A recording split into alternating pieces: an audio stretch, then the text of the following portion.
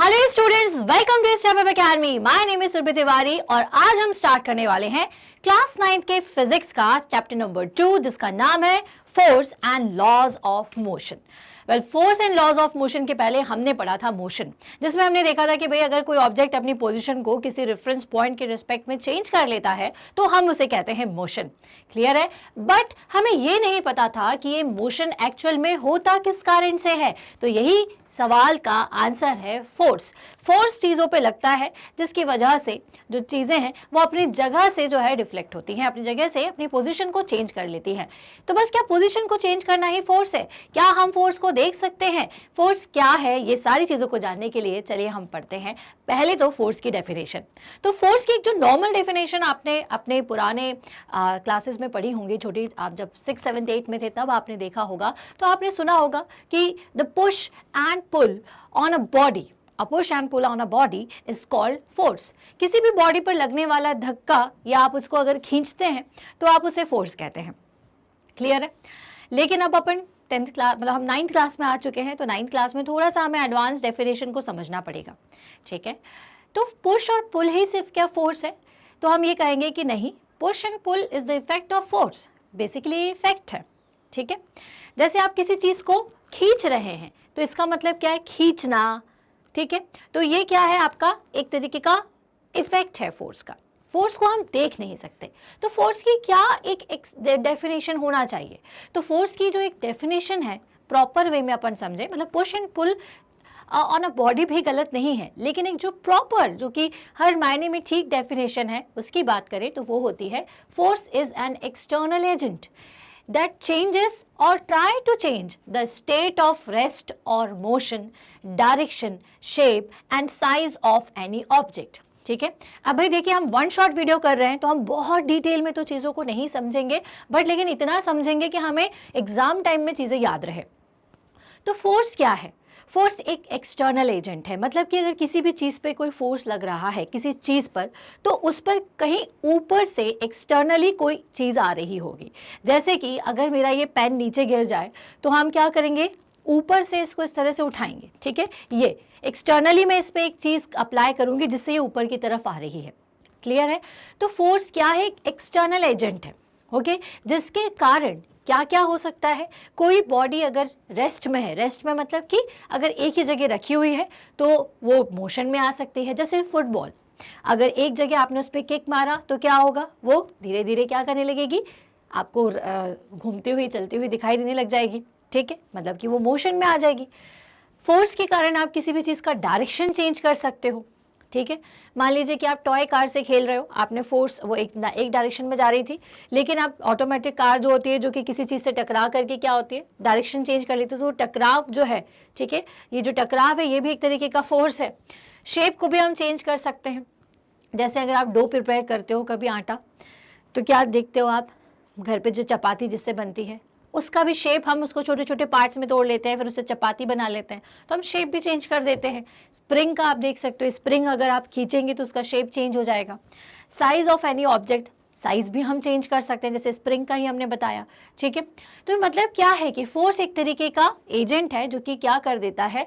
किसी भी बॉडी के शेप को, साइज को, डायरेक्शन को चेंज कर देता है या फिर ट्राई करता है। ट्राई का मतलब क्या हुआ और चेंज करने का मतलब क्या हुआ? देखिए कि अगर आपने किसी चीज़ पर कोई किसी भी तरीके का फोर्स लगाया, ठीक है, तो वो या तो वो चीज़ अपनी डायरेक्शन चेंज कर लेगी, शेप चेंज कर लेगी, या तो नहीं करेगी। जैसे कि अगर आप एक कमरे के अंदर हैं, आपने उस कमरे के दरवाजे को, उस गेट को आपने खींचा, ठीक है, मतलब फोर्स लगाया, तो क्या हुआ? वो गेट खुल गया। ठीक है? वहीं आपने उस कमरे की दीवार पर, वॉल पर थोड़ा सा फोर्स लगाया, उसे आप धकेल रहे हैं, तो क्या वो अपनी जगह से जाएगी? नहीं, क्योंकि आप में उतनी ताकत नहीं है, आपका वेट उसके वेट से काफ़ी कम है। ठीक है? वो बहुत ही स्टेबल कंडीशन में है, तो आप उसको फोर्स तो लगा रहे हैं बट वो चेंज नहीं हो रहा, वो उस जगह से डिस्प्लेस नहीं हो रहा। तो मतलब क्या वहाँ फोर्स नहीं लगा? जी नहीं, वहाँ भी फोर्स लग रहा है, लेकिन हमें क्या बात याद रखनी है कि फोर्स सिर्फ एक इफेक्ट है जिसके कारण या तो चीज़ों में चेंजेस आ जाएगा या फिर नहीं आएगा। क्लियर है? तो हमें यहाँ से फोर्स की डेफिनेशन पता चल गई। अब भाई फोर्स कहाँ कहाँ यूज होता है, तो हमारी एवरीडे लाइफ में यूज होता है। जैसे कि अगर आपको भूख लगी और आपने एप्पल उठाया और उसे खा रहे, तो उठाना, उसके बाद जब आपने उसे कट किया एप्पल का पीस, तो उसमें भी फोर्स लगा है। आप उसे च्यू कर रहे हो या सॉलो कर रहे हो, तो उसमें भी फोर्स लग रहा है। क्लियर है? आप खेल रहे हो, आप चल रहे हो, या आप कार में बैठ करके या बस में बैठ करके स्कूल भी जा रहे हो ना, तो उस कार के इंजन में जो फोर्स लगता है वो भी एक फोर्स है, क्योंकि उसी फोर्स की वजह से जो आपका कार है वो रन कर रही है। तो क्या इतना ही टाइप का फोर्स होता है, या एक चीज, किसी चीज को सिर्फ एक टाइप का किसी बॉडी पर फोर्स लगता है? जैसे कि अगर कार की मैं बात करूं, तो उसमें जब हम बैठे और उसके इंजन ने जो फोर्स लगाया जिसकी वजह से कार चलने लगी, सिर्फ क्या एक ही फोर्स लगता है किसी भी बॉडी पर, या फिर नंबर ऑफ फोर्स लगते हैं? डिपेंड करता है कि किस तरीके का ऑब्जेक्ट है, वो कहाँ है, उसके हिसाब से ना एक ही बॉडी पे कई तरीके के फोर्स लग सकते हैं। तो इसमें हम पढ़ेंगे टाइप ऑफ फोर्सेस। क्लियर है? तो अभी यहां तक आपको क्या समझना है? यहां तक आपको ये समझना है कि फोर्स क्या होता है। तो फोर्स, अ पुश और pull on a body is called force. तो एग्जाम में अगर आपसे फोर्स की डेफिनेशन पूछी जाती है, सो आप क्या लिखेंगे कि we know that a push और pull on a body is called force. ठीक है? सेकेंड पॉइंट आप लिखेंगे कि force are used in our everyday actions like pushing, pulling, lifting, stretching, twisting and pressing. ठीक है? आप ये सारी चीजें अपनी डेली लाइफ में करते हैं। पुश करना, गेट को आप खोलते ही हैं, बंद करते ही हैं। पुल करना मतलब वही दरवाजे का आप एग्जाम्पल ले सकते हैं। लिफ्ट करना, पानी से भरे हुए बाल्टी आप उठा रहे हैं, या फिर कोई भी भारी चीज़ या वेट जिसमें ज़्यादा है वो उठा रहे हैं, तो दैट मीन्स कि आप लिफ्ट भी कर रहे हैं चीज़ों को। स्ट्रेच करना, रबर बैंड हो या कोई भी एक ऐसी चीज़ जिसको आप स्ट्रेच करना चाहते हैं, आप अपने कपड़ों को ही कभी कभी पहनने के लिए स्ट्रेच करते हो, तो उसमें भी हल्का सा फोर्स लगता ही है। एंड ट्विस्ट करना, जब आप कपड़ों को ड्राई करना चाहते हो, पानी निकालते हो, तो भी आप ट्विस्ट करते हो। प्रेस करना, प्रेसिंग तो हम करते ही, हमारे आयरनिंग भी हम करते हैं, उसमें भी प्रेस करना होता है। या फिर किसी चीज़ को कहीं हमें, मान लीजिए विंटर के समय में आप जो ब्लैंकेट ओढ़ते हैं उसको आपको प्रेस करके किसी पॉलिथीन में रखना होता है, तो प्रेस भी आप जनरली करते ही है। तो ये सारी चीज़ें क्या है? These all are the effects of force. Clear है? अब फोर्स की डेफिनेशन जो अब हमें याद रखनी वो क्या होगी? The force is an external agent which that changes or tries to change। ये दोनों पॉइंट लिखना बच्चों बहुत जरूरी होता है कि जो चेंज कर दे या ट्राई करे चेंज करने का। किस चीज को? द स्टेट ऑफ रेस्ट और मोशन। स्टेट ऑफ रेस्ट और मोशन का मतलब क्या है कि अगर कोई चीज रेस्ट में है तो वो मोशन में आ जाए, और अगर कोई चीज मोशन में है तो वो रेस्ट में आ जाए। डायरेक्शन, किसी चीज में डायरेक्शन में चेंज हो सकता है, शेप में चेंज हो सकता है, and size of the object. Clear है? So a force is used when we push a football. अब फोर्स कहाँ कहाँ यूज होता है, तो इसके हमने अभी एग्जांपल्स देखे, लेकिन आपको और ज़्यादा चीज़ें क्लियर हो जाए, एग्जाम में आप और बहुत बेहतर तरीके से लिख पाए, तो इसके लिए देख लीजिए एक बार ध्यान से कि फोर्स क्या करता है। पहली चीज़ तो पुश करता है, तो पुश के लिए आप क्या एग्जाम्पल याद रखिए? इस फुटबॉल को याद रखिए। ठीक है? A force is used when we push a football. ठीक, तो पुश करेंगे तो क्या होगा? फुटबॉल जो कि पहले रेस्ट की कंडीशन में थी, अब किस में चली जाएगी? मोशन की कंडीशन में हो जाएगी। तो ये याद रखिएगा पहला कि फोर्स क्या करता है। फोर्स कहाँ कहाँ यूज होता है? अगर आपसे इस तरह से क्वेश्चन पूछा जाए तो force is used when we push a football. ठीक है? इसको एक्सप्लेन कैसे करेंगे कि पहले फुटबॉल रेस्ट की कंडीशन में थी, जब हमने उस पर पुश किया, हमने उसको क्या फोर्स दिया? पुश। ठीक है? तो वो कहाँ चला गया? तो वो आगे की तरफ चली जाएगी, जाने लगी। ठीक है? और एक जगह जा करके रुक जाएगी, या रुकेगी या फिर कंटिन्यू मोशन करेगी, वो आगे अपन डिस्कस करेंगे। देन उसके बाद a force is used when we pull a drawer, the drawer of a table. A force is used when we lift a box from the floor. ठीक है? जब आप ड्रॉर को खोलते हैं, ठीक है, उसको खोलना मतलब आप जब उसे खींच रहे हैं बाहर की तरफ, पुल कर रहे हैं, या फिर force is used when we lift a box, जब आप किसी चीज को उठा रहे हैं तो भी फोर्स लगता है। और फोर्स कहाँ यूज होता है? Force is use when we stretch rubber band, अभी हमने देखा स्ट्रेचिंग में भी फोर्स यूज होता है। And force is use when we twist a wet cloth to squeeze out water. ठीक है? पानी को स्क्वीज करने के लिए, पानी को कपड़े से बाहर निकालने के लिए भी हम किसका यूज करते हैं? फोर्स का यूज करते हैं। तो अगर आपको पूछा जाए कि what are the common uses of forces, force, तो आपको ये सब चीजें याद रखनी है। A force is used when we press the brake pedal of a car. और फोर्स कहाँ यूज होता है? आपकी गाड़ी कैसी थी? आपकी जो कार थी वो मोशन में थी, चल रही थी, हमें क्या करना? उसको ब्रेक लगाना। सडनली सामने कोई आ गया तो क्या करेंगे आप? ब्रेक लगाएंगे। तो ब्रेक लगाना भी क्या है कि आपने सडनली एक ऐसा इफेक्ट अप्लाई किया, एक ऐसी चीज अप्लाई करी जिससे कि आपके गाड़ी के जो पहिए हैं वो रुक गए, मतलब आपने उसमें क्या अप्लाई किया, फोर्स अप्लाई किया। तो force is used when we press the brake pedal of a car. तो हम जब कार के ब्रेक पैडल को पुश करते हैं तो उसमें भी क्या लगता है, फोर्स लगता है। So what are the effects of force? Force के इफेक्ट्स क्या क्या हैं? तो फोर्स के इफेक्ट्स वही गोल गोल घूम के बात वही आ जाती है, यही जितनी चीजें हमने पढ़ी हैं, पोजीशन में चेंज होना, शेप में चेंज होना, डायरेक्शन का चेंज होना किसी चीज की, या किसी चीज का पुल होना, पुश होना, this all are the effects of force. Okay, so force can not be seen. अब जैसे हमने कहा कि इफेक्ट्स ऑफ फोर्स के लिए आपको क्या बात रखनी है कि हम इफेक्ट्स की क्यों बात कर रहे हैं फोर्स में। हम समझ गए कि फोर्स के कारण ये चीजें हो जाती है। तो कारण मतलब क्या है, किसी चीज का इफेक्ट्स, ठीक है, कि क्या क्या इसमें इफेक्ट्स हो रहे हैं। तो फोर्स क्योंकि कोई देखने वाली चीज नहीं है, सिर्फ उसका आप इफेक्ट महसूस कर सकते हो। तो force can not be scene, a force can be judged only by the effects which it can produce in various bodies around us. A force can produce the following effects, जो हम अभी समझते हैं। अब देखिए, हमने क्या बोला आपसे कि फोर्स को हम देख नहीं सकते, या हम ये बोल सकते हैं कि हम उसको सिर्फ क्या कर सकते हैं, महसूस कर सकते हैं फोर्स को। लेकिन क्या हम उसको क्वांटिफाई कर सकते हैं? जी हाँ, बिल्कुल कर सकते हैं। कैसे क्वांटिफाई करेंगे? यहां पर देखिए, अ force can be judged only by the effects which it can produce in a various body. हम उसके इफेक्ट की मदद से, ठीक है, हम उसके इफेक्ट्स की मदद से उसको जज कर सकते हैं कि किसी पर्टिकुलर चीज में कितना वेट लग रहा है, ठीक है, क्या इफेक्ट उसने प्रोड्यूस किया है, उसके अकॉर्डिंग हम जज कर सकते हैं कि कितना अमाउंट ऑफ फोर्स जो है इसमें लग रहा है। क्लियर है? अब फोर्स के इफेक्ट कौन कौन से होते हैं? अब फोर्स के इफेक्ट की बात करें, अब force can move a stationary body. तो इफेक्ट्स क्या क्या हैं? तो देखो, इफेक्ट का मतलब क्या होता है, अब हमने बोला कि फोर्स नहीं दिखाई दे रहा, लेकिन हम क्या करेंगे, उसके हमें इफेक्ट्स पता चल जाएंगे, मतलब उसके कारण कोई चीज हो जाएगी। जैसे कि पहला, a force can move a stationary body. अगर कोई चीज स्थिर की कंडीशन में स्टेशनरी है, एक ही जगह पर है, तो हम क्या कर सकते हैं, फोर्स की मदद से हम उसको मूव कर सकते हैं। ठीक है, पहला इफेक्ट तो ये है कि ये रेस्ट को मोशन में ला सकता है। तो फोर्स का पहला इफेक्ट क्या याद रखेंगे आप, कि force can move a stationary body, या फिर फोर्स स्टेट को, स्टेशनरी चीज को मोशन में लेकर के आ सकता है। Next is, a force can stop a moving body. ठीक है, अब कोई भी मूविंग बॉडी है उसे क्या कर सकता है, फोर्स स्टॉप कर सकता है। जैसे कि यहाँ पे देखिए कि एक पहले रेस्ट की कंडीशन में फुटबॉल थी, फिर वो एक जगह पर आकर रुक गई।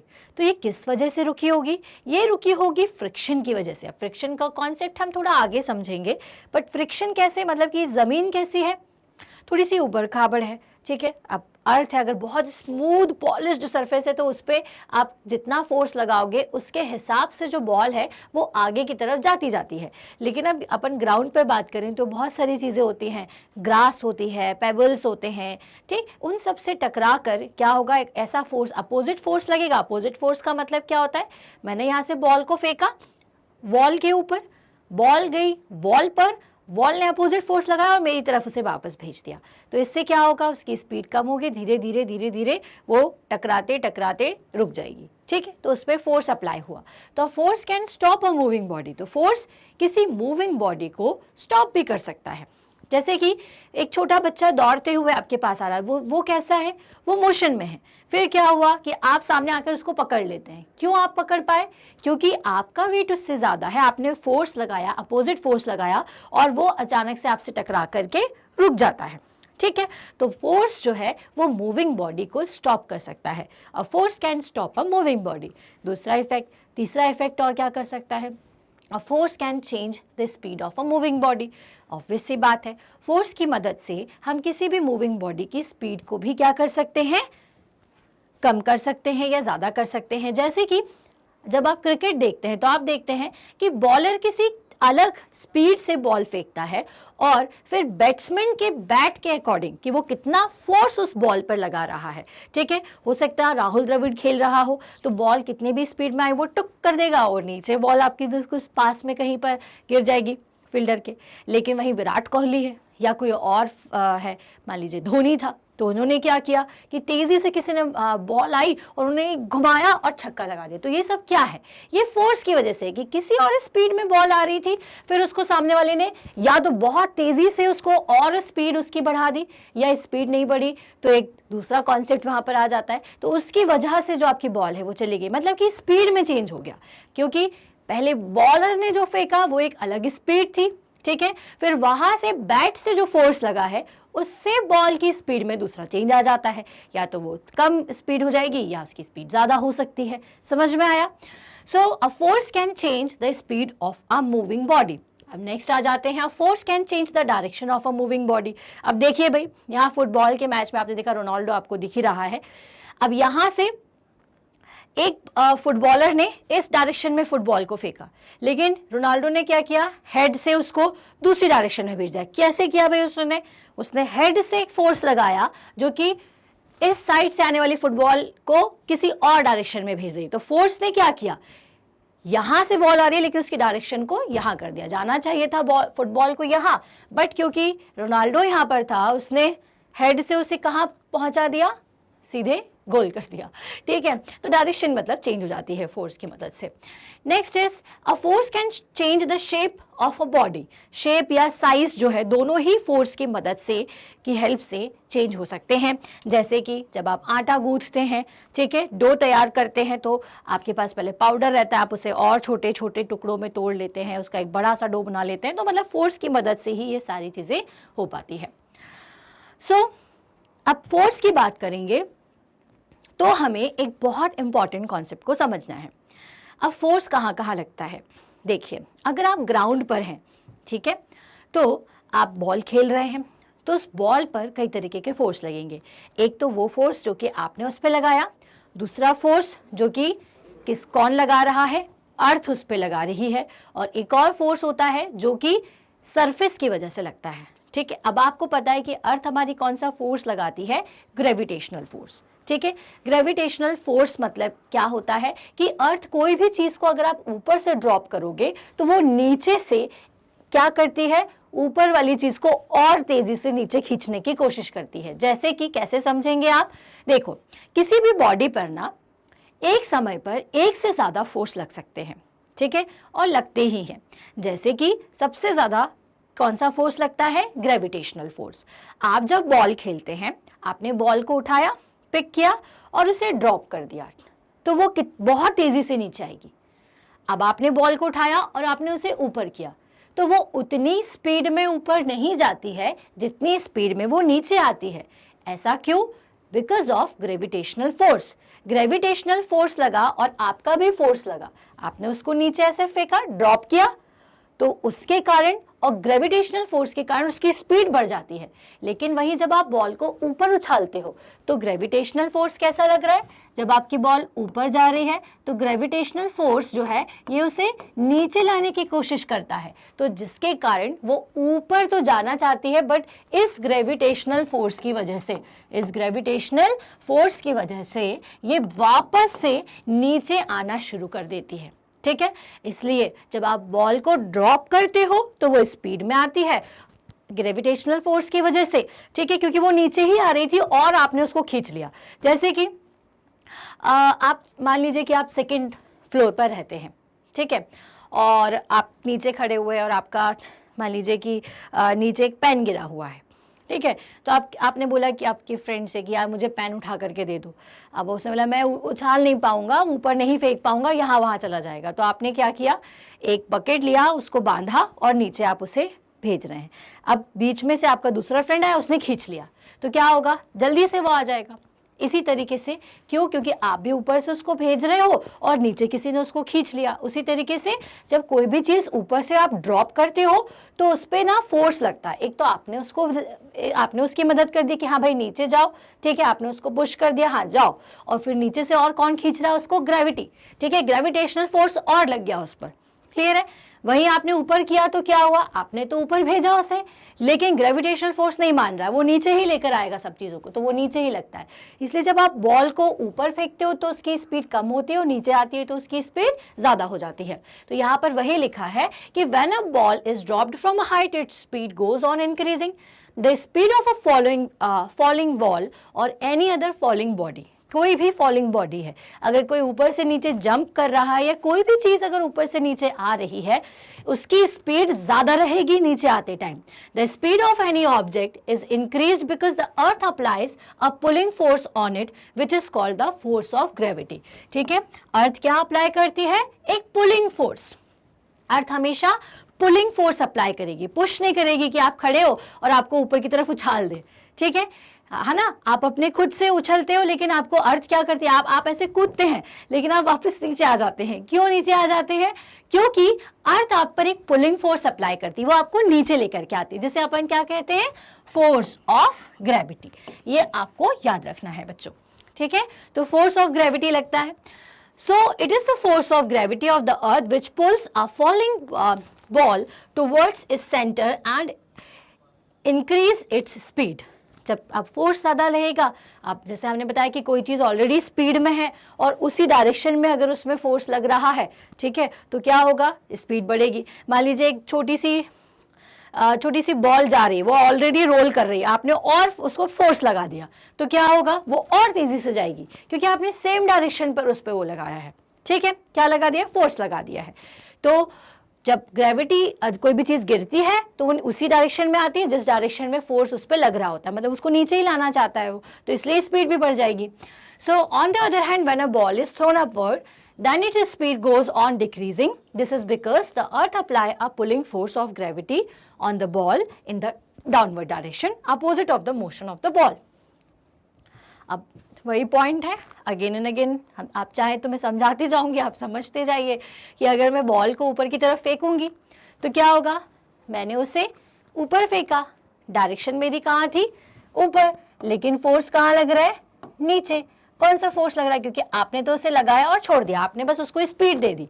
ठीक है, वो मोशन में है, अब मोशन की मोशन ऊपर की तरफ है लेकिन फोर्स लग रहा है नीचे, तो इसी वजह से वो क्या होगी, ऊपर ज़्यादा देर तक नहीं जा पाएगी, उसकी स्पीड कम हो जाएगी और वो नीचे आ जाएगी। तो भाई इसे क्या कहते हैं हम, इसे हम कहते हैं फोर्स ऑफ ग्रेविटी, जो कि आपको याद रखना है कि किसी भी बॉडी पर, किसी भी फॉलिंग ऑब्जेक्ट पर फोर्स ऑफ ग्रेविटी लगता ही लगता है। ओके, चलिए अब है फोर्स के और कौन कौन से टाइप होते हैं। तो भाई फोर्स के टाइप्स है, फोर्स ऑफ आर पुश। तो सबसे पहले फोर्स होता है पुश का। ठीक है, आप क्या कर रहे हो, किसी भी चीज़ को धकेल रहे हो तो वो भी एक तरीके का फोर्स है।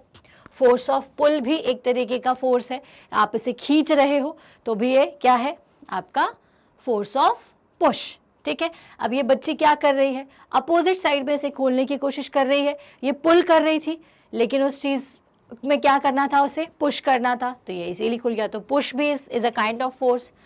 फोर्स ऑफ फ्रिक्शन, अब फ्रिक्शन क्या होता है भाई,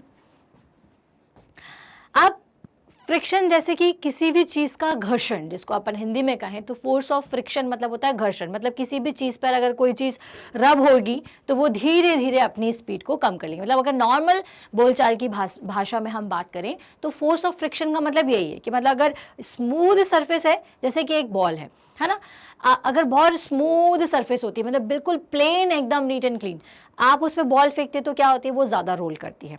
वहीं अगर आप ग्राउंड में खेलोगे या फिर आप गार्डन में खेलोगे तो क्या होगा, बॉल इतने अच्छे से रोल नहीं कर पाती। क्यों नहीं कर पाती, क्योंकि सरफेस इस तरह से नहीं होती, क्योंकि वहाँ सरफेस पर ज़्यादा फ्रिक्शन होता है। अब ये फ्रिक्शन क्या होता है, चलो इसको समझते हैं। So the relative motion between two bodies. ठीक, अब ये रिलेटिव मोशन क्या है, तो देखिए यहाँ पे क्या हो रहा है, दो बॉडीज है, एक तो फुटबॉल और एक उसका ग्राउंड। ठीक है, इन दोनों के बीच में रिलेटिव मोशन है। ठीक है, एक चीज मोशन में है, दूसरी के सापेक्ष, तो इसका मतलब क्या कि दोनों में ही एक तरीके का रिलेटिव मोशन हो रहा है। तो the when there is a relative motion between two bodies, the force is acted on that body to resist a motion between them.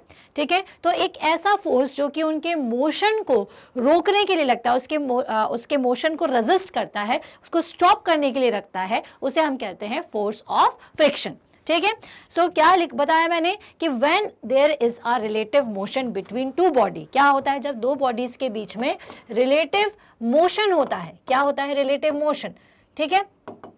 तो इस मोशन को रेजिस्ट करने के लिए, ठीक है, जो फोर्स अप्लाई होता है, ठीक है, इस मोशन को रेजिस्ट करने के लिए जो फोर्स अप्लाई होता है, उस फोर्स को ही हम क्या कहते हैं, उसे हम कहते हैं फोर्स ऑफ फ्रिक्शन।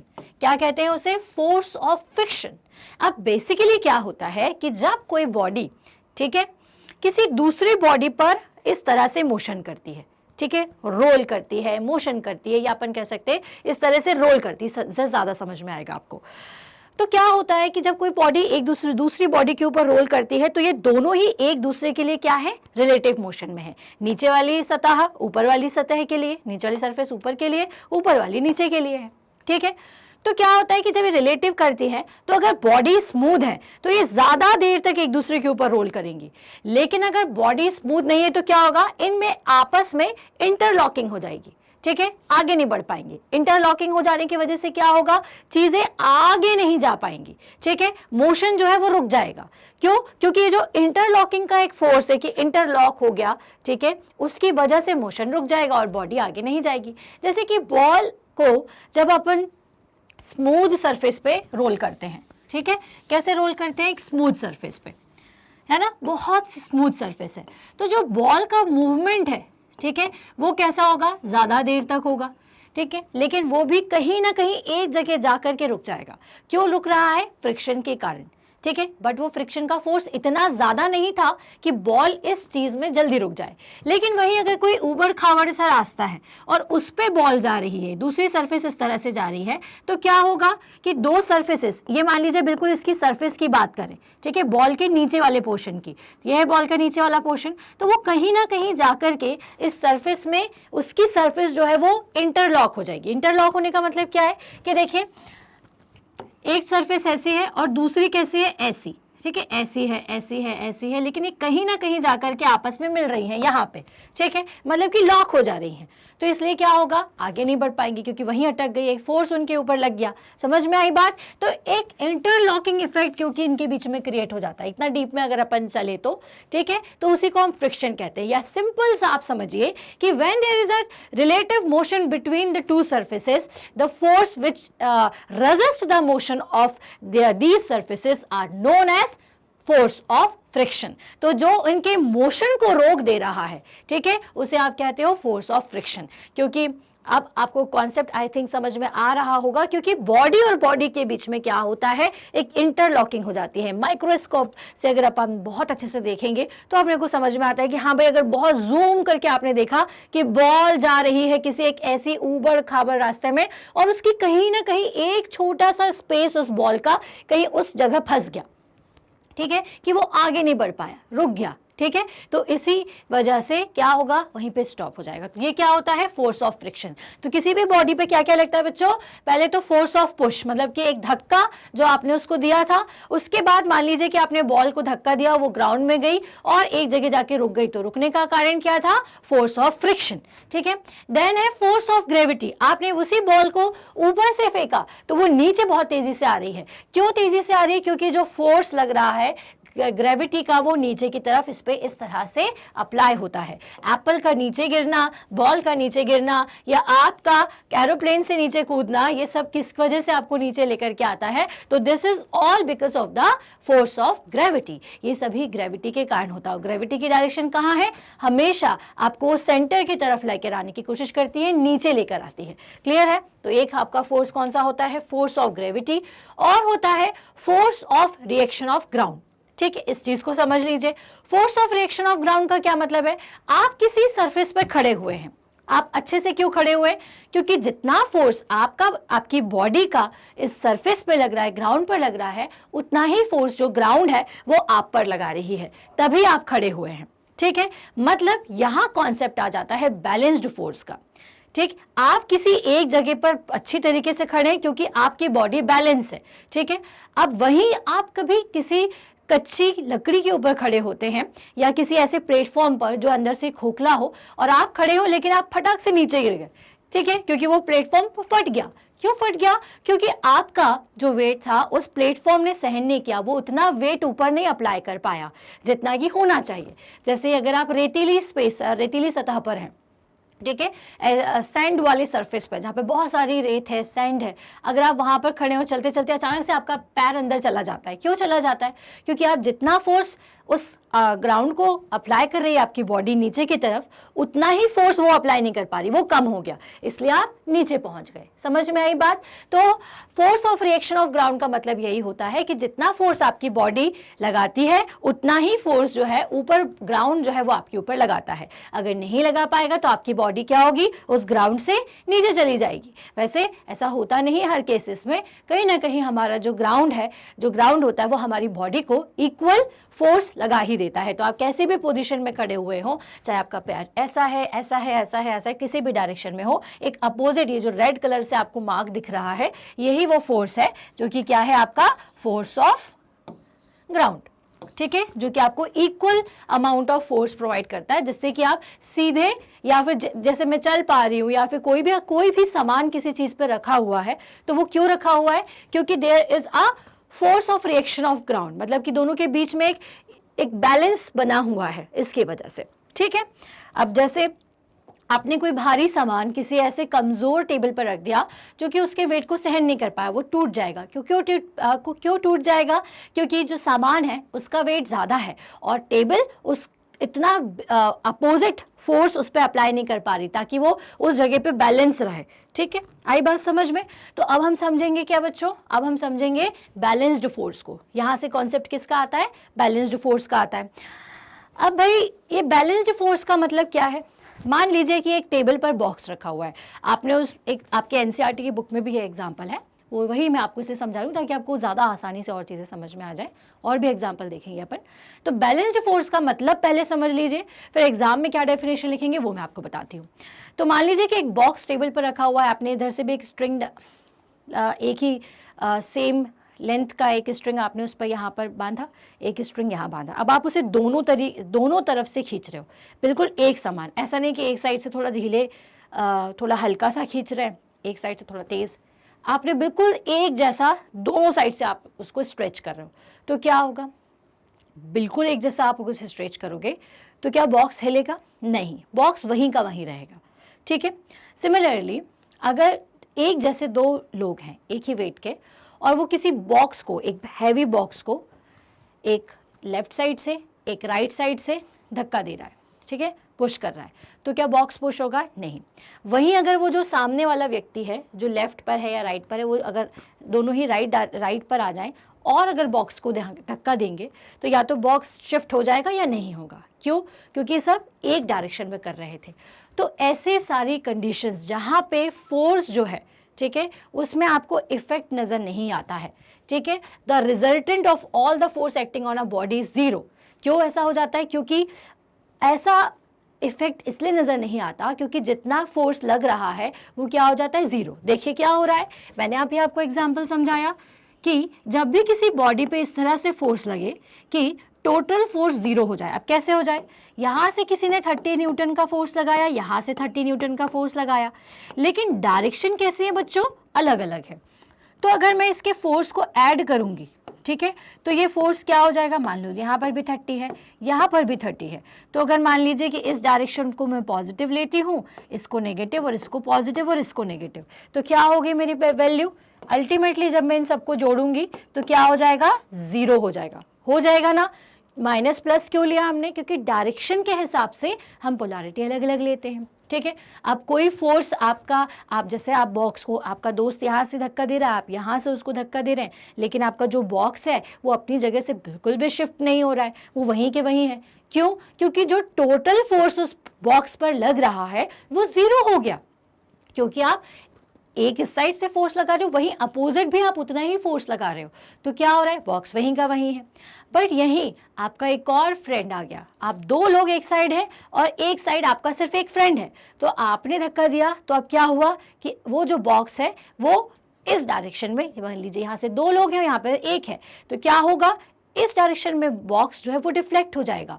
क्यों? क्योंकि अब वहाँ पे कितना फोर्स है, मान लीजिए वहाँ है 30 + 30 और यहाँ पे 30 है, तो 60 - 30, 30 न्यूटन का फोर्स अगर उस पर लग रहा है, एग्जाम्पल के लिए समझा रहे हैं, तो वो बॉक्स जो है वो इधर शिफ्ट हो जाएगा। तो बैलेंस फोर्स का मतलब क्या होता है कि the resultant of all the force acting on a body is zero, the force are called the balance force. अगर किसी बॉडी पर टोटल फोर्स का सम जीरो हो जाए तो उस बॉडी को हम क्या कहते हैं कि उस बॉडी पर कैसा फोर्स लगता है, उस बॉडी पर बैलेंस्ड फोर्स लगता है। ठीक है, रिजल्टेंट का मतलब क्या होता है, टोटल का आपने सम कर दिया, जितने फोर्स लग रहे थे, जितने भी फोर्स किसी ऑब्जेक्ट पर लग रहे थे, सबको आपने ऐड कर दिया। तो बच्चों याद रखना है आपको कि बैलेंस्ड फोर्स का मतलब क्या होता है, the resultant of all the force acting on a body is zero, the forces are called the balanced force. A body under the action of balanced force does not changes its position of rest or uniform motion and appear as if no force is acting on it. अब अगर balanced force किसी body पर लगेगा तो क्या होगा, जैसे हमने अभी देखा कि अगर रिजल्टेंट जीरो है, दोनों साइड से एक जैसा फोर्स लग रहा है, तो क्या बॉडी अपनी पोजीशन को चेंज करेगी? अगर रेस्ट में है तो आपको रेस्ट में ही दिखाई देगी, फोर्स तो लग रहा है लेकिन अपोजिट लग रहा था, एक जैसा लग रहा था, तो वो दोनों कट माइनस हो गए और बिल्कुल ज़ीरो हो गया, बॉडी आपको नहीं दिखेगी। और अगर मोशन में है और मोशन में ही रहेगी, यूनिफॉर्म मोशन अगर कर रही है कोई चीज़ और उस पर उतना फोर्स नहीं, उसमें फोर्स ऐसा नहीं लग पा रहा है कि वो किसी एक पर्टिकुलर डायरेक्शन में जाए या रुक जाए, तो फिर वो बॉडी मोशन में ही रहेगी। ठीक है, तो बैलेंस्ड फोर्स के कंडीशन में जिस पर भी बैलेंस्ड फोर्स लग रहा होता है वो बॉडी अगर रेस्ट में है तो रेस्ट में ही रहेगी, यूनिफॉर्म मोशन कर रही है तो यूनिफॉर्म मोशन ही कर रहेगी। इट अपीयर एज, वो ऐसा लगेगा कि उसमें कोई भी फोर्स नहीं लग रहा है, पर एक्चुअल में लग रहा होता है। अब जैसे दो बच्चे इस तरह से खड़े हैं, एक स्ट्रिंग को खींच रहे हैं, हमें क्या लगेगा, सिर्फ ये पकड़ के खड़े हुए हैं, क्यों, बस वो स्ट्रिंग में क्योंकि कोई भी चेंज नहीं हो रहा है, ना ये सामने वाला इधर की तरफ आ रहा है ना ये इधर की तरफ जा रही हैं, क्योंकि दोनों इक्वल फोर्स लगा रही हैं। वहीं पर अगर मैं भी इसके साथ लग जाऊं तो ये जो बच्चा है ये मेरी तरफ आके गिर जाएगा, क्योंकि मैंने ज़्यादा फोर्स लगा दिया। रिजल्टेंट फोर्स जीरो ना होकर के कुछ एक वैल्यू हमें मिल जाएगी। आई बात समझ में? चलिए, तो ये था बैलेंस्ड फोर्स। अब इसको एक बॉक्स से और समझ लेते हैं। ठीक है, if a number of balanced force act on a stationary body, the body continues to remain in its stationary position. ये हम बात समझ लिए कि अगर कोई बॉडी स्टेशनरी रहती है, स्टेशनरी पोजीशन में रहती है, मतलब स्टेशनरी पोजीशन का मतलब क्या होता है, पहले ये समझ लीजिए। स्टेशनरी पोजीशन मतलब एक ही जगह रहना। ठीक है, अगर कोई बॉडी आपको स्टेशनरी पोजीशन में दिख रही है तो वो उसमें क्या लग रहा है, बैलेंस फोर्स लग रहा है। Similarly, if a number of balanced force act on a body in a uniform motion, the body continues to be in its state of uniform motion. तो अगर कोई बॉडी यूनिफॉर्म मोशन करेगी तो वो uniform ही रहेगी। अब किसी स्टेशनरी बॉडी पर बैलेंस्ड फोर्स कैसे लगते हैं, ये बात को समझिए। अब देखिए कि एक बॉक्स जो है वो ग्राउंड पर रखा हुआ है, हैवी बॉक्स रखा हुआ है, लेकिन वो मूव नहीं कर रहा है। ठीक है, आपने क्या किया, एक थोड़े से स्लाइडिंग सरफेस पे एक बॉक्स को रख दिया, ठीक है, लेकिन वो मूव नहीं कर रहा। क्यों नहीं कर पा रहा होगा? या अपन पहले एक सिंपल सरफेस की बात कर लेते। एक सिंपल सा फ्लैट सरफेस है, उस पर बॉक्स रखा हुआ है, तो वो बॉक्स जो है वो रोटेट क्यों नहीं कर पा रहा है, यहाँ से वहाँ क्यों नहीं जा पा रहा है? तो उस पर क्या लगता है, उस पर लगते हैं बैलेंस्ड फोर्स। कैसे?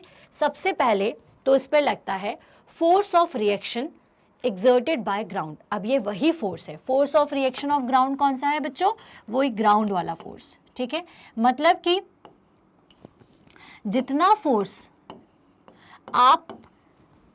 फोर्स ये बॉक्स का है उतना ही फोर्स कहाँ से लग रहा होगा, ग्राउंड से लग रहा होगा। ठीक है, उतना ही फोर्स कहाँ से लग रहा होगा, ग्राउंड से। जैसे हम खड़े हैं तो हम क्यों खड़े हैं, क्योंकि जितना फोर्स हम लगा रहे हैं उतना ही अपोजिट फोर्स कौन लगा रहा है, ग्राउंड लगा रहा है। दूसरा आता है फोर्स ऑफ फ्रिक्शन। अब जिस सरफेस पे ये रखा हुआ है वहां पे फ्रिक्शन हो रहा है, मतलब कि इनका रिलेटिव मोशन क्या हो गया है, जीरो हो गया है। रिलेटिव मोशन मतलब कैसे जीरो हो गया है, क्योंकि इन दोनों की जो सरफेस है वो कहीं ना कहीं इंटरलॉक्ड है। ठीक है, जैसे कि मान लीजिए इसकी सरफेस, बहुत माइक्रोस्कोप से जूम करो, और ये मान लीजिए कि दूसरे की सरफेस है। ठीक है, तो ये कहीं ना कहीं पर कैसी है, इंटरलॉक्ड है। ठीक है, इस इंटरलॉकिंग की वजह से ये आगे नहीं बढ़ पाएगी। तो इस पे क्या लग रहा है, फोर्स ऑफ फ्रिक्शन लग रहा है। और कौन सा फोर्स लगता है, तो फोर्स ऑफ आर पुश। ठीक है, अब एक फोर्स जो है वो हमारे पुश का भी लग सकता है इस पे। और फिर कौन सा फोर्स है, फोर्स ऑफ ग्रेविटी। ठीक है, एक ग्रेविटी का भी फोर्स लग सकता है। ठीक है, ग्रेविटी का फोर्स मतलब कि वेट ऑफ द बॉक्स। ठीक है, अब यहाँ पे आप सोचेंगे कि यार वेट तो सरफेस पे रखा हुआ है, तो कैसे रखा हुआ है। ठीक है, आप ही तो मैम ने बोला कि उसका खुद का वेट, तो उसका जो खुद का वेट होता है ना, वही क्या होता है, फोर्स ऑफ ग्रेविटी। ठीक है, हमारा वेट, क्यों हम यहाँ पे खड़े हुए, क्योंकि हमारे अंदर वेट कैसे समझ में आ रहा है, क्योंकि एक फोर्स हमारी बॉडी में लग रहा है जो कि हमें इस तरह से खड़े कर रही है। ठीक है, तो जो वेट का जो फोर्स है या जो फोर्स ऑफ ग्रेविटी है वो वही है। ठीक है, तो फोर्स ऑफ ग्रेविटी जिसकी वजह से जो आपका बॉक्स है वो नीचे है। तो क्यों नीचे है, क्योंकि ग्रेविटेशनल फोर्स की वजह से है। ठीक है, अब नहीं तो अपन स्पेस में जैसे हवा में उड़ते रहते, क्योंकि वहां पे क्योंकि फोर्स ऑफ ग्रेविटी है नहीं, वैसी कंडीशन हो जाती। तो भाई इसलिए यहाँ पे फोर्स ऑफ ग्रेविटी है, जिसकी वजह से हमारा जो वेट है वो हमें फील होता है किस पे, अर्थ पे। ठीक है, तो ये चारों फोर्स जो है एक बॉक्स पे लग रहे होते हैं। अगर ये फोर्स ऑफ आर पुश क्या है, बराबर हो किस किस के, फोर्स ऑफ रिएक्शन के, फोर्स ऑफ फ्रिक्शन के और इसके सम के। ठीक है, तो क्या होगा, इसका रिजल्टेंट 0 के बराबर होगा। और ये किस कंडीशन में कहलाएगा, ये बैलेंस्ड कंडीशन में कहलाएगा। तो कोई भी बॉडी बैलेंस्ड फोर्स कब फील करती है, जब सारे ही फोर्सेस का रिजल्टेंट 0 हो जाए। और सारे ही फोर्सेस मतलब force of reaction, force of gravity, force of push and force of friction, इन सब का अगर सम करें वो 0 के बराबर है, तो इसका मतलब बॉडी पर बैलेंस्ड फोर्स लग रहा है। इसलिए कोई भी बॉडी स्टेशनरी कंडीशन में है। क्लियर है, चलिए अब Though balanced force cannot produce motion in a stationary body or stop a moving body, they can however change the shape of the body. अब देखिए कि अगर बैलेंस फोर्स की बात करें, ठीक है, तो जनरली क्या होता है कि अपन पढ़ते ज़रूर हैं। ठीक है, हम ये ज़रूर पढ़ते हैं कि अगर कोई बॉडी यूनिफॉर्म मोशन में है तो वो यूनिफॉर्म में ही रहेगी फोर्स ऑफ फ्रिक्शन की वजह से, बैलेंस्ड फोर्स की वजह से। लेकिन एक्चुअल में क्या होता है कि बैलेंस्ड फोर्स की वजह से कोई चीज़ स्टेशनरी रहेगी, या फिर अगर कोई चेंज करना है, कोई इफेक्ट प्रोड्यूस करना भी है, तो वो क्या कर सकती है, शेप चेंज कर सकती है। जैसे अगर कोई लकड़ी कमज़ोर है और आपने उस पर हैवी बॉक्स रख दिया है, तो कभी कभी आप देखते हो ना कि बहुत दिनों तक अगर रखा हुआ है तो टेबल का शेप ही ऐसा हो जाता है। फ्लैट टेबल है लेकिन सामान आपने उस पर हैवी रख दिया, तो वो टेबल का शेप कैसा हो जाएगा, ऐसा हो जाएगा। ठीक है, तो मतलब कि शेप को चेंज कर सकता है बैलेंस फोर्स। लेकिन यूनिफॉर्म अगर अपन बात करें कि बैलेंस फोर्स कि वो स्टेशनरी बॉडी को स्टॉप कर दे या मूविंग बॉडी को स्टॉप कर दे, स्टेशनरी बॉडी को मोशन में ला दे या मूविंग बॉडी को स्टॉप कर दे, तो ये ऐसा प्रैक्टिकली पॉसिबल नहीं हो पाता है। ठीक है, सो अब बारी आती है अनबैलेंस्ड फोर्स की। तो इसलिए अनबैलेंस्ड फोर्स की कहानी शुरू हो जाती है कि अनबैलेंस्ड फोर्स क्या होते हैं। तो अगर किसी बॉडी पे सारे लगने वाले फोर्सेस का रिजल्टेंट 0 होता है, उसे आप बैलेंस कहते हो। तो अगर उन सब का रिजल्टेंट 0 ना हो तो वो क्या हो जाएगा, अनबैलेंस्ड हो जाएगा। इस अनबैलेंस्ड फोर्स के कारण क्या होता है, चीज़ें मूविंग हो तो स्टॉप हो जाती है, स्टॉप है तो मूव करने लग सकती हैं, शेप चेंज हो सकता है, साइज चेंज हो सकता है। अनबैलेंस्ड फोर्स के कारण ये सारी चीज़ें हो सकती है। So the resultant of all the forces acting on a body is not 0। ठीक है, the resultant of all the forces acting on a body is not 0, the forces are called the unbalanced force. तो उन forces को हम क्या कहते हैं, unbalanced force कहते हैं। तो एग्जाम के लिए ये जो लाइन्स है ना, जितनी भी है बहुत इंपॉर्टेंट है, बहुत अच्छे से वीडियो देखिए, बहुत अच्छे से समझिए। When unbalanced force act on a body, they produces a change in its state of rest or of uniform motion. अगर unbalanced force किसी बॉडी पर लग रहा है तो जैसा हमने आपको बताया क्या क्या हो सकता है, they produces the change in its state, उसके स्टेट में चेंज कर सकते हैं।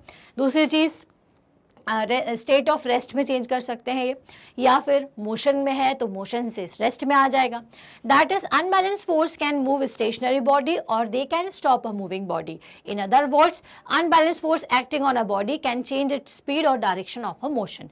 अनबैलेंस्ड फोर्स की वजह से स्पीड भी चेंज हो सकती है, डायरेक्शन भी चेंज हो सकती है, मूविंग बॉडी स्टॉप भी हो सकती है, और अगर कोई चीज़ स्टेशनरी है तो मूव भी कर सकती है। क्लियर है। अब ये अनबैलेंस्ड फोर्स का एग्जांपल कैसे समझोगे, तो देखो भाई टग ऑफ वॉर होती ही है, जहां पर वेट ज्यादा होगा, हट्टे कट्टे लोग ज्यादा हैं, तो उस साइड पर अब क्या होगा, ये खिंच जाएंगे। ठीक है, बैलेंसिंग नहीं रहेगी क्योंकि ये सारे के सारे इधर आ जाएंगे, क्योंकि क्या है, अनबैलेंस्ड है फोर्स। यहाँ 400 न्यूटन है, यहाँ 300 न्यूटन है, 100 न्यूटन का डिफरेंस है, तो जहां ज्यादा वेट होगा वहां सामने वाला पर्सन आकर के गिर जाएगा। So suppose a toy car is lying, unbalanced force का एग्जाम्पल कैसा है देखिए। अब suppose a toy car is lying on a ground. ठीक है, अब ये टॉय कार जो थी वो एक ग्राउंड पर है। ठीक है, अब यहाँ पे कौन कौन से फोर्सेस लग रहे हैं, फोर्स ऑफ रिएक्शन लग रहा है, फोर्स ऑफ ग्रेविटी भी लग रहा है, फोर्स ऑफ पुश भी लग रहा है, एंड फोर्स ऑफ फ्रिक्शन भी लग रहा है। लेकिन अब यहाँ पे ये जो फोर्स इस पे लग रहा है इसके पहियों के कारण, ठीक है, वो थोड़ा सा लूज हो जाएगा, मतलब कि फ्रिक्शन जो है यहाँ पर थोड़ा सा लूज हो जाएगा। कैसे हो जाएगा भाई, जब हमारे पास बॉक्स था, ठीक है, तो बॉक्स की सरफेस और जो नीचे की ग्राउंड की सरफेस थी उसमें जो रिलेटिव मोशन था वो कम था, इसलिए उस पर फोर्स लगा और मोशन चला गया, मतलब मोशन हो गया जीरो। रिलेटिव मोशन कैसा था वहाँ पे, ना के बराबर या बिल्कुल जीरो ही हो गया, क्योंकि उनके बीच में जो मैंने बताया था लॉक्ड है। ठीक है, अगर माइक्रोस्कोप से देखो तो दोनों सरफेस के बीच के बिल्कुल लॉक हो गया होगा उनका सरफेस आपस में। लेकिन जब आप किसी पर एक पहिया लगा देते हो इस तरह से, टायर ये जो होता है इसका पूरा पोर्शन जो है सरफेस से नहीं जुड़ता, सिर्फ एक छोटा पोर्शन जुड़ता है। क्लियर है।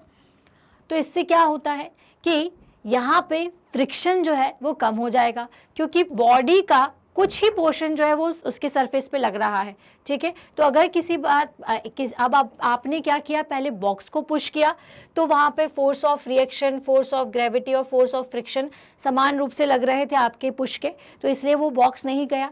लेकिन जब आपने फोर्स ऑफ पुश इसमें लगाया तो अब यहाँ पे क्या है कि जैसे आपने इसको पुश किया तो ये मोशन में आ गई, तो इनका जो रिलेटिव मोशन है ना वो धीरे धीरे क्या हो जाएगा, बढ़ता जाएगा।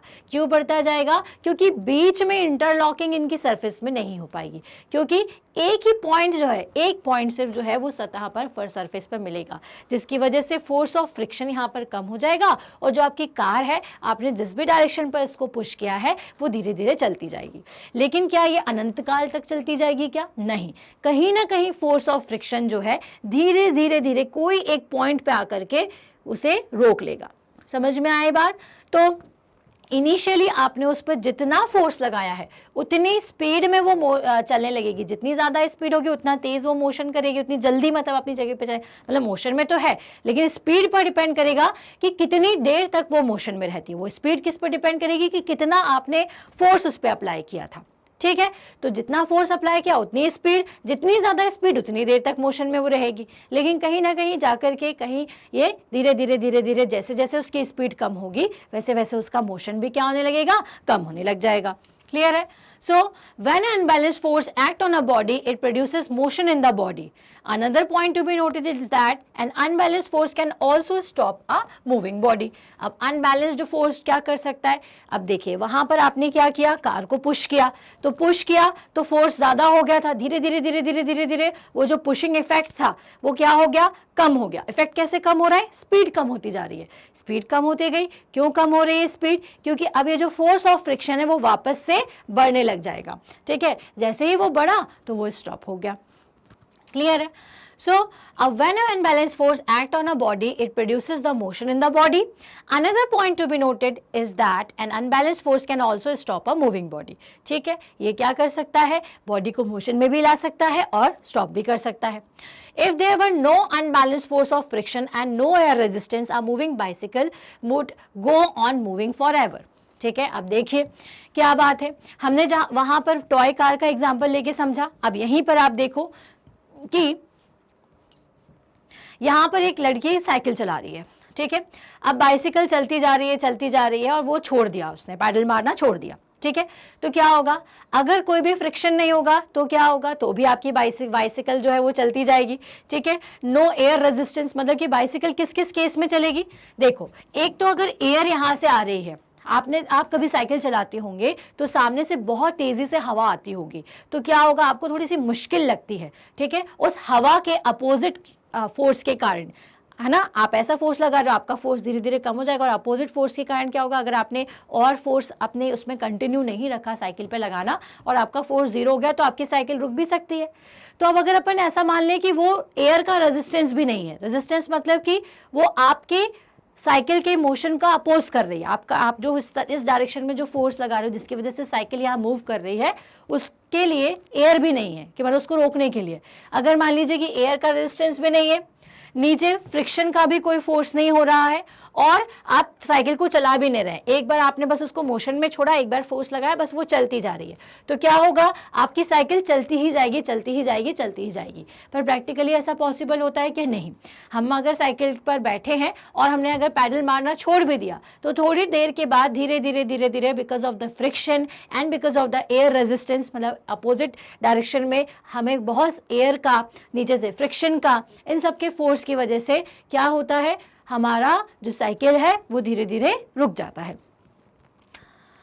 अब भाई इसी चीज को समझने के लिए कि फोर्स और मोशन के कॉन्सेप्ट को बांधने के लिए आ जाता है न्यूटन्स लॉ ऑफ मोशन, ठीक है। अब फोर्स अगर किसी चीज पे अप्लाई करते हो, देखो अभी अपन ने जब मोशन पढ़ा था तो हमने उसके कॉज को नहीं जाना था कि मोशन किसके कारण हो रहा है, ठीक है। अभी हमने सिर्फ ये पढ़ा था कि भाई मोशन का मतलब होता है किसी चीज का पोजीशन को चेंज करना, लेकिन वो मोशन हो किस कारण रहा है, तो फोर्स के कारण हो रहा है, ठीक है। तो अब अपन ये देखते हैं कि भाई फोर्स ही कारक है, फोर्स ही कॉज है मोशन का। तो अब हम देखते हैं laws of motion according to force, क्या क्या मोशन के लॉज हैं ये हम देखेंगे। ये कैसे हम समझ पा रहे हैं, न्यूटन्स की मदद से। न्यूटन ने हमें 3 लॉ दिए हैं, पहला है Newton's first law, second law और थर्ड लॉ, जिनसे हमें इनर्शिया, मोमेंटम और कंजर्वेशन ऑफ मोमेंटम का कॉन्सेप्ट समझ में आएगा, और साथ ही साथ और हम गहरा नाता समझेंगे फोर्स और मोशन के बीच का। तो चलिए सबसे पहले देखेंगे Newton first law of motion. According to first law of motion, if a body is at rest, will remain at rest, and if a body in a uniform motion, it will be in a motion until and unless an external force is applied across it. तो क्या समझ में आया? well, अगर कोई चीज rest की condition में है तो वो रेस्ट में ही रहना चाहेगी, अगर मोशन में है तो मोशन में ही रहना चाहेगी। कब तक? जब तक कि हम कोई एक्सटर्नल फोर्स उस पर अप्लाई नहीं कर देते हैं, या उसके वेट के अकॉर्डिंग हम एक्सटर्नल फोर्स अप्लाई नहीं कर देते हैं। अब भाई ये जो अपोज कर रही है ना, इसकी इस प्रॉपर्टी को, या इसकी जो टेंडेंसी है जिसके कारण वो चीज़ों का अपोज करती है, मतलब रेस्ट में है तो रेस्ट में ही रहना चाहती है, मोशन में है तो मोशन में ही रहना चाहती है, इसकी इस प्रॉपर्टी को हम कहते हैं इनर्शिया। तो फर्स्ट लॉ ऑफ मोशन के अकॉर्डिंग हमें क्या समझ में आता है? हमें 2 केस समझ में आते हैं। पहला केस क्या, कि a body at rest will remain at rest, ठीक है। कोई जो बॉडी है वो रेस्ट में रहेगी, कब तक? जब तक वो रेस्ट में तब तक रहेगी जब तक कि हम इसे क्या ना कर दें, कोई एक्सटर्नल फोर्स ना अप्लाई कर दें कि वो अपनी स्टेट को चेंज करें, ठीक है। दूसरा पॉइंट क्या होता है इसमें, अ body in motion will continue in motion in a straight line with a uniform speed, ठीक है। ये इसका दूसरा पॉइंट होता है, मतलब ये पहला पार्ट है आपका ये वाला, ठीक है, फर्स्ट पार्ट, और सेकंड पार्ट क्या है ये, ठीक है। तो मतलब 2 पार्ट हैं इसके। ये 2 पार्ट का मतलब क्या है कि अगर कोई बॉडी रेस्ट में है तो वो रेस्ट में ही रहना चाहेगी। कब तक रेस्ट में रहना चाहेगी? जब तक कि हम उसमें कोई एक्सटर्नल फोर्स नहीं लगा दें कि वो अपने आप को चेंज करे, ठीक है। और दूसरा पार्ट क्या है कि अगर कोई बॉडी बहुत मोशन में है, ठीक है, तो वो मोशन में ही रहेगी अलोंग अ स्ट्रेट लाइन, एक स्ट्रेट लाइन में वो मोशन करती रहेगी। कब तक मोशन करती रहेगी? जब तक कि उस पर कोई एक्सटर्नल फोर्स हम अप्लाई नहीं करते, ठीक है। अब यहाँ पे दूसरा वाला जो केस है ना, इसमें 2 बातें आपको ध्यान रखनी है कि अगर कोई बॉडी मोशन में है तो वो कंटिन्यू करती रहेगी मोशन में, कैसे मोशन करेगी? और स्ट्रेट लाइन में करेगी और यूनिफॉर्म स्पीड में। तो अगर कोई बॉडी स्ट्रेट लाइन में यूनिफॉर्म स्पीड में चलती जा रही है तो वो वैसे ही चलती जाएगी। और कब तक चलती जाएगी? जब तक कि हम उस पर कोई एक्सटर्नल फोर्स अप्लाई नहीं कर दे, ताकि वो मोशन से रेस्ट में ना आ जाए, ठीक है। इसको सिंपल तरीके से कैसे याद रख सकते हैं बच्चों आप लोग कि न्यूटन का फर्स्ट लॉ क्या होता है? तो न्यूटन का फर्स्ट लॉ बहुत आसान होता है, डरने की बात बिल्कुल भी नहीं है। अगर कोई चीज रेस्ट में है तो रेस्ट में ही रहना चाहेगी, अगर कोई चीज मोशन में है तो वो मोशन में ही रहना चाहेगी। कब तक? जब तक कि हम कोई एक्सटर्नल फोर्स उस पर अप्लाई नहीं कर सकते। लेकिन हमें तो एग्जाम में लिखना है, इसको प्रॉपर तरीके से डिफाइन करना पड़ेगा, तो कैसे करोगे? तो बस बहुत आसान सी बात है, आपको इसको ध्यान रखना है कि a body at rest will remain at rest until and unless an external force is applied across it, और if a body is in motion will continue in motion in a straight line with a uniform speed until and unless it is compelled by an external force। Clear है? ये दोनों चीजें आपको याद रखनी है, ठीक। तो अब ये जो टेंडेंसी है इसको हमने क्या कहा है? इनर्शिया। तो अपन इनर्शिया को समझ लेते हैं। तो इनर्शिया क्या होता है? मैंने अभी आपको समझाया, ये जो प्रॉपर्टी है ना अपने अपने होने वाले चेंज का अपोज करने की। जैसे चेंज किसी को भी पसंद नहीं होता है, आप सो रहे हो तो आप सोना ही पसंद करोगे, आपके कोई उठाएगा भी तो आप नहीं उठना चाहते हो क्योंकि चेंज नहीं पसंद है ना आपको। उसी तरीके से कोई बॉडी अगर रेस्ट कर रही है तो वो रेस्ट में ही रहना चाहेगी। कोई बच्चा खेल रहा है तो उसको खेलना ही है, मम्मा उसको कितना भी बुलाए लेकिन वो जाना पसंद नहीं करेगा, तो आप उसका अपोज करोगे। तो वैसे ही टेंडेंसी अपनी बॉडीज में होती है, हर तरीके की बॉडी में होती है। अगर कोई चीज़ रेस्ट में है तो वो रेस्ट में ही रहना चाहेगी, उसकी ये जो जिद है, उसकी ये जो प्रॉपर्टी है जिसकी वजह से वो रेस्ट में ही रह रही है और अपोज कर रही है किसका? मोशन में आने का। उस प्रॉपर्टी को, उस टेंडेंसी को हम क्या कहते हैं? इनर्शिया। तो inertia, what is inertia? The tendency of a body to remain at rest. Body की वो टेंडेंसी जिसके कारण वो रेस्ट में ही रहना चाहती है, और अगर वो मूवेबल है तो मूव ही करते रहना चाहती है। सो और if moving to continue moving in a straight line is called the inertia. इसे क्या कहा जाता है? Inertia. Newton's first law recognize that everybody has some inertia. तो न्यूटन के फर्स्ट लॉ से हमें क्या समझ में आता है कि हर एक चीज में इनर्शिया है। क्लियर है? So inertia is the property of a body due to which it resist a change in its state of rest और ऑफ यूनिफॉर्म मोशन। इनर्शिया क्या होता है? किसी भी बॉडी की वो प्रॉपर्टी होती है। क्या होती है? किसी भी बॉडी की वो प्रॉपर्टी जिसके कारण वो किस चीज का रेजिस्टेंस दिखाती है? Change in its state of rest और यूनिफॉर्म मोशन। अपने स्टेट का, ठीक है, अब वो रेस्ट में भी हो सकता है, यूनिफॉर्म मोशन में भी उसकी स्टेट हो सकती है। स्टेट मतलब कि कोई चीज़ स्थिर है या फिर गतिमान है, मतलब स्टेशनरी है या फिर मूवेबल है। क्लियर है? तो इन दोनों ही स्टेट का अगर कोई चीज़ अपोज कर रही है तो इसकी सपोजिशन का या फिर इसका जो रेजिस्टेंस है उसकी प्रॉपर्टी को हम क्या कहते हैं? उसकी प्रॉपर्टी को हम कहते हैं इनर्शिया। तो ये दोनों चीज़ें आपको बहुत अच्छे से याद रखनी है। सो अब इनर्शिया का रोल क्या है? अब इनर्शिया मतलब आप समझ गए, इनर्शिया मतलब क्या है? अपोज करना। किसका अपोज करना? अपनी स्टेट के चेंज होने का। तो greater the inertia of a body, greater will be the force required to bring the change in its state of a rest और ऑफ अ यूनिफॉर्म मोशन। अब जितना ज़्यादा इनर्शिया होगा, ठीक है, इनर्शिया मतलब जितनी ज़्यादा ताकत होगी उसके अंदर, जितनी ज़्यादा उसके अंदर जिद होगी कि मैं रेस्ट की कंडीशन में हूँ तो रेस्ट में ही रहूँगा, तो अगर आपको उसको रेस्ट से किस में लेकर के आना है? मोशन में लेकर के आना है, तो आपको क्या करना पड़ेगा? उस पर ज़्यादा फोर्स लगाना पड़ेगा। तो जिसका जितना ज़्यादा इनर्शिया होता है उतना ही ज़्यादा हमें क्या करना पड़ता है? फोर्स लगाना पड़ता है। ठीक है? सो in fact, mass is a measure of inertia of a body.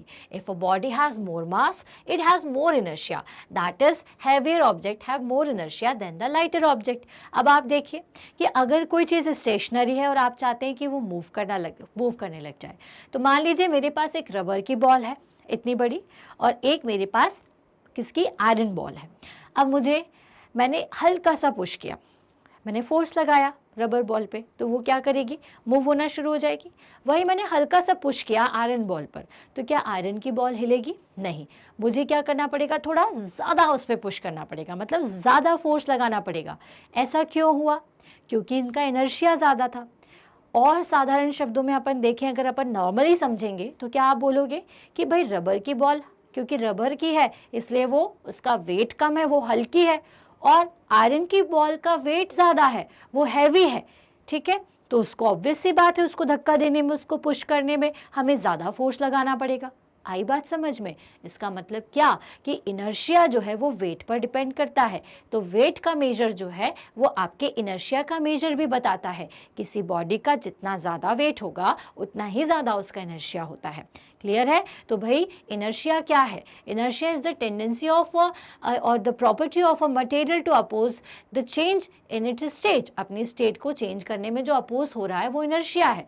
और इनर्शिया किसका सपोर्ट लेता है, किसके कारण होता है? तो वेट के कारण होता है। ठीक है, तो इनर्शिया का सिंपल सी बात है कि mass is a measure of the inertia of a body. Inertia के लिए हम किसका हेल्प लेते हैं? मास का। मतलब कि सिंपल सी बात है कि दोनों को रिलेट कर रहे हैं एक दूसरे से। अब देखिए यहाँ पे एक छोटी सी टॉय कार है जिसको एक बच्चा आसानी से चला लेता है, क्योंकि इसका मास क्या है? बहुत कम है। ठीक है, वहीं अगर मैं बड़ी रियल कार की बात करूं तो क्या होगा? इसको क्या आप आसानी से धक्का दे सकते हो? नहीं, एक बड़े से आदमी को भी इसको धक्का देने में मुश्किल होगी, उसको पुश करने में दिक्कत होगी। ऐसा क्यों? क्योंकि इसका मास ज़्यादा है। तो मास ज़्यादा है इसलिए ये अपनी रेस्ट की पोजीशन से मोशन की पोजीशन में आने में क्या करेगी? अपोज करेगी। मतलब अपोज कर रही, ज़्यादा अपोज कर रही है, ज़्यादा इसमें फोर्स लगाना पड़ रहा है। इसका मतलब इसमें ज़्यादा क्या है? इनर्शिया ज़्यादा है। वहीं इसका मास कम है। मास कम है तो ये बच्चा इसको आसानी से धकेल देगा, आसानी से पुश कर देगा। क्यों पुश कर पा रहा है? क्योंकि इसका मास कम है। मास कम है तो ये अपोज नहीं कर पा रही, रेस्ट में है और जल्दी से मोशन में भी आ जा रही है। अब इसमें अपोज नहीं कर पा रही, इसका मतलब इनर्शिया इसका कम है। क्लियर है? तो इनर्शिया का कॉन्सेप्ट बस यही होता है, property of a material to change its state. अब जिसमें जितना ज़्यादा इनर्शिया होता है, मैंने आपको बताया, जिसमें जितना ज़्यादा मास होगा उसका इनर्शिया भी उतना ज़्यादा होगा। अब जैसे कि स्टोन की बात करें, has more mass then mass या फिर inertia than a football. Similarly a cricket ball has more inertia than a rubber ball of the same size. ठीक है, तो देखो इनर्शिया से कॉन्सेप्ट हमारे फर्स्ट लॉ ऑफ मोशन का कैसे क्लियर होता है। तो फर्स्ट लॉ ऑफ मोशन के दो पार्ट मैंने आपको बताया। पहले आपको स्टेट वाली कंडीशन को समझना चाहिए कि अगर कोई बॉडी स्टेट रेस्ट में है तो वो रेस्ट में ही रहना चाहती है, और अगर कोई बॉडी मूविंग है तो वो मूविंग कंडीशन में, या फिर अगर वो मूव कर रही है तो वो मूव ही करते रहना चाहेगी। ठीक है, तो इस चीज़ को अपन कैसे समझें? तो देखिए हमने अभी आपको क्या बताया कि जिसका जितना मास होता है उतना उसका इनर्शिया होता है। अगर मैंने एक ग्लास के ऊपर एक प्ले कार्ड को रख दिया है और उसके ऊपर कुछ कॉइन्स को रख दिया है, तो इनमें ज़्यादा मास किसका होगा? आप बताइए, खुद ही बताइए। कॉइन का ज़्यादा होगा। और कम किसका होगा? इस प्ले कार्ड का। अब अगर मैं यहाँ से इसको इस तरह से फोर्स लगाती हूँ, ठीक है, मैंने इसको फोर्स लगाया तो क्या होगा कि इस पर फोर्स लगाया लेकिन इसका वेट था कम। किसका वेट कम था? इसका वेट।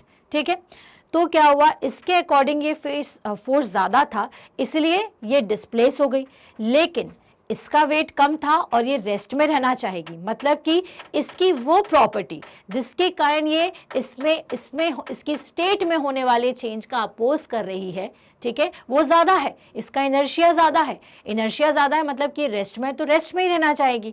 इसलिए जब आपने इसको डिफ्लेक्ट किया इतने फोर्स के साथ कि सिर्फ कार्ड गया, तो ये जो सिक्के हैं वो क्या कहाँ चले जाएंगे? नीचे, क्योंकि पहले कार्ड के ऊपर रखे रहे थे, अब तो कुछ है ही नहीं, स्पेस है ही नहीं, तो वो नीचे गिर जाएंगे। समझ में आई बात? तो मतलब कि अगर आप फोर्स अप्लाई कर रहे हो, लेकिन किसके अकॉर्डिंग फोर्स अप्लाई कर रहे हो? कार्ड के अकॉर्डिंग आप फोर्स अप्लाई कर रहे हो। ठीक है, आप कैसे फोर्स अप्लाई कर रहे हो? कार्ड के अकॉर्डिंग, कि मतलब सिर्फ कार्ड डिफ्लेक्ट हो। तो क्या इसके साथ कॉइन डिफ्लेक्ट होंगे? नहीं, कॉइन वहीं के वहीं रहेंगे, क्योंकि इसका इनर्शिया ज़्यादा है। इनर्शिया ज़्यादा है मतलब क्योंकि इसका वेट ज़्यादा है, तो ये ज़्यादा अपोज करेगा, ये रेस्ट में ही रहना चाहेगा। और इसी वजह से जब आप इस कार्ड को हटाओगे तो सिक्के तो वहीं के वहीं रहेंगे, वो वहीं के वहीं ड्रॉप हो जाएंगे, बट कार्ड यहाँ से डिस्प्लेस हो जाएगा, क्योंकि उसके वेट के अकॉर्डिंग, उसके इनर्शिया के अकॉर्डिंग हमने उतना फोर्स लगा दिया कि भले इनर्शिया वो लगा रहा है लेकिन फोर्स ने आके उसको धकेल दिया। लेकिन कॉइन के साथ ऐसा नहीं हो पाया, फोर्स उसको नहीं धकेल पाया, तो उसके नीचे जो चीज थी वो तो हट गई, लेकिन कॉइन वहीं के वहीं गिर गया। क्लियर हुआ? चलिए, तो यहां से क्या समझ में आया आपको? यहां से आपको इनर्शिया का कॉन्सेप्ट समझ में आया। अब आ जाते हैं अपन सेकेंड पार्ट पे। सेकेंड पार्ट क्या कहता है आपसे? The second part of the first law of motion which says that a body in a uniform motion will continue to move unless a force compels it to change its state of uniform motion in a straight line. चलिए, अब law of inertia को देखो, समझ तो हम गए। Inertia का मतलब क्या हुआ? जैसे एक बार फिर से आपको बता दूं कि जो चीज़ जिस स्टेट में है वो उसी स्टेट में रहना चाहती है, वो अपने में होने वाले चेंज का अपोज करती है। अब सेकंड पार्ट की अगर बात करें अपन लॉ ऑफ मोशन की, तो वो क्या कहता है कि अगर कोई बॉडी यूनिफॉर्म मोशन में है तो वो कंटिन्यू मोशन में ही रहेगी अनटिल एंड अनलेस आप उस पर कोई फोर्स अप्लाई ना कर दें। क्लियर है? अब अगर आप किसी बॉडी पर कोई फोर्स अप्लाई नहीं करते हैं या फिर अगर ये चेंज होता ही नहीं, चेंज का मतलब क्या होता है, अपनी स्टेट में चेंज होना, शेप में चेंज होना, ये सब चेंज कहलाता है। ठीक है, अब मान लीजिए कि कोई चीज़ अगर मोशन में है और अगर उसमें किसी भी प्रकार का कोई चेंज नहीं हुआ, चेंज कैसे करोगे किसी भी बॉडी को मोशन में अगर कोई है तो उसमें चेंज क्या होगा, उसमें चेंज होगा कि वो रेस्ट में आ जाए। तो रेस्ट में कैसे आएगी, हम उसमें या तो कोई एक्सटर्नल फोर्स अप्लाई कर दें। ठीक है, अब जैसे आप बाइसिकल चलाते हैं तो बाइसिकल अगर आप चला रहे हैं तो आपको कई तरीके के फोर्स अपने ऊपर लगते हुए मिलते हैं। जैसे कि अगर हवा बहुत तेजी से चल रही है और उसका डायरेक्शन अपोजिट टू आपकी बाइसिकल है, मतलब अगर आप इस डायरेक्शन में जा रहे हैं और हवा इस डायरेक्शन में आ रही है तो आप क्या महसूस करते हैं कि मुझे बहुत ज़्यादा प्रेशर लग रहा है, बहुत ज़्यादा फोर्स लग रहा है अपनी साइकिल को चलाने में, क्योंकि आपको जो एयर का फ्रिक्शन है वो आपको लग रहा है। साथ ही साथ अगर रास्ता ठीक नहीं है तो उस रास्ते का भी हमें फ्रिक्शन लगता है। तो अब अपन अगर ये कंसिडर करें, अगर हम ये कंसिडर करें कि इस तरह के कोई भी फोर्स हमारी बाइसिकल पर नहीं लग रहे हैं तो क्या होगा, और हम भी खुद ब्रेक नहीं लगा रहे हैं और हमारी बाइसिकल चलती ही जा रही तो क्या होगा, तो आपकी बाइसिकल कंटिन्यूसली जो है वो मूव करती जाएगी। बट प्रैक्टिकली क्या ऐसा पॉसिबल है? नहीं, प्रैक्टिकली ऐसा पॉसिबल नहीं है। तो भाई यहाँ से ओवरऑल कॉन्सेप्ट हमें क्या समझना था? ओवरऑल कॉन्सेप्ट जो है वो आपको ये समझना है कि फर्स्ट लॉ ऑफ मोशन के अकॉर्डिंग की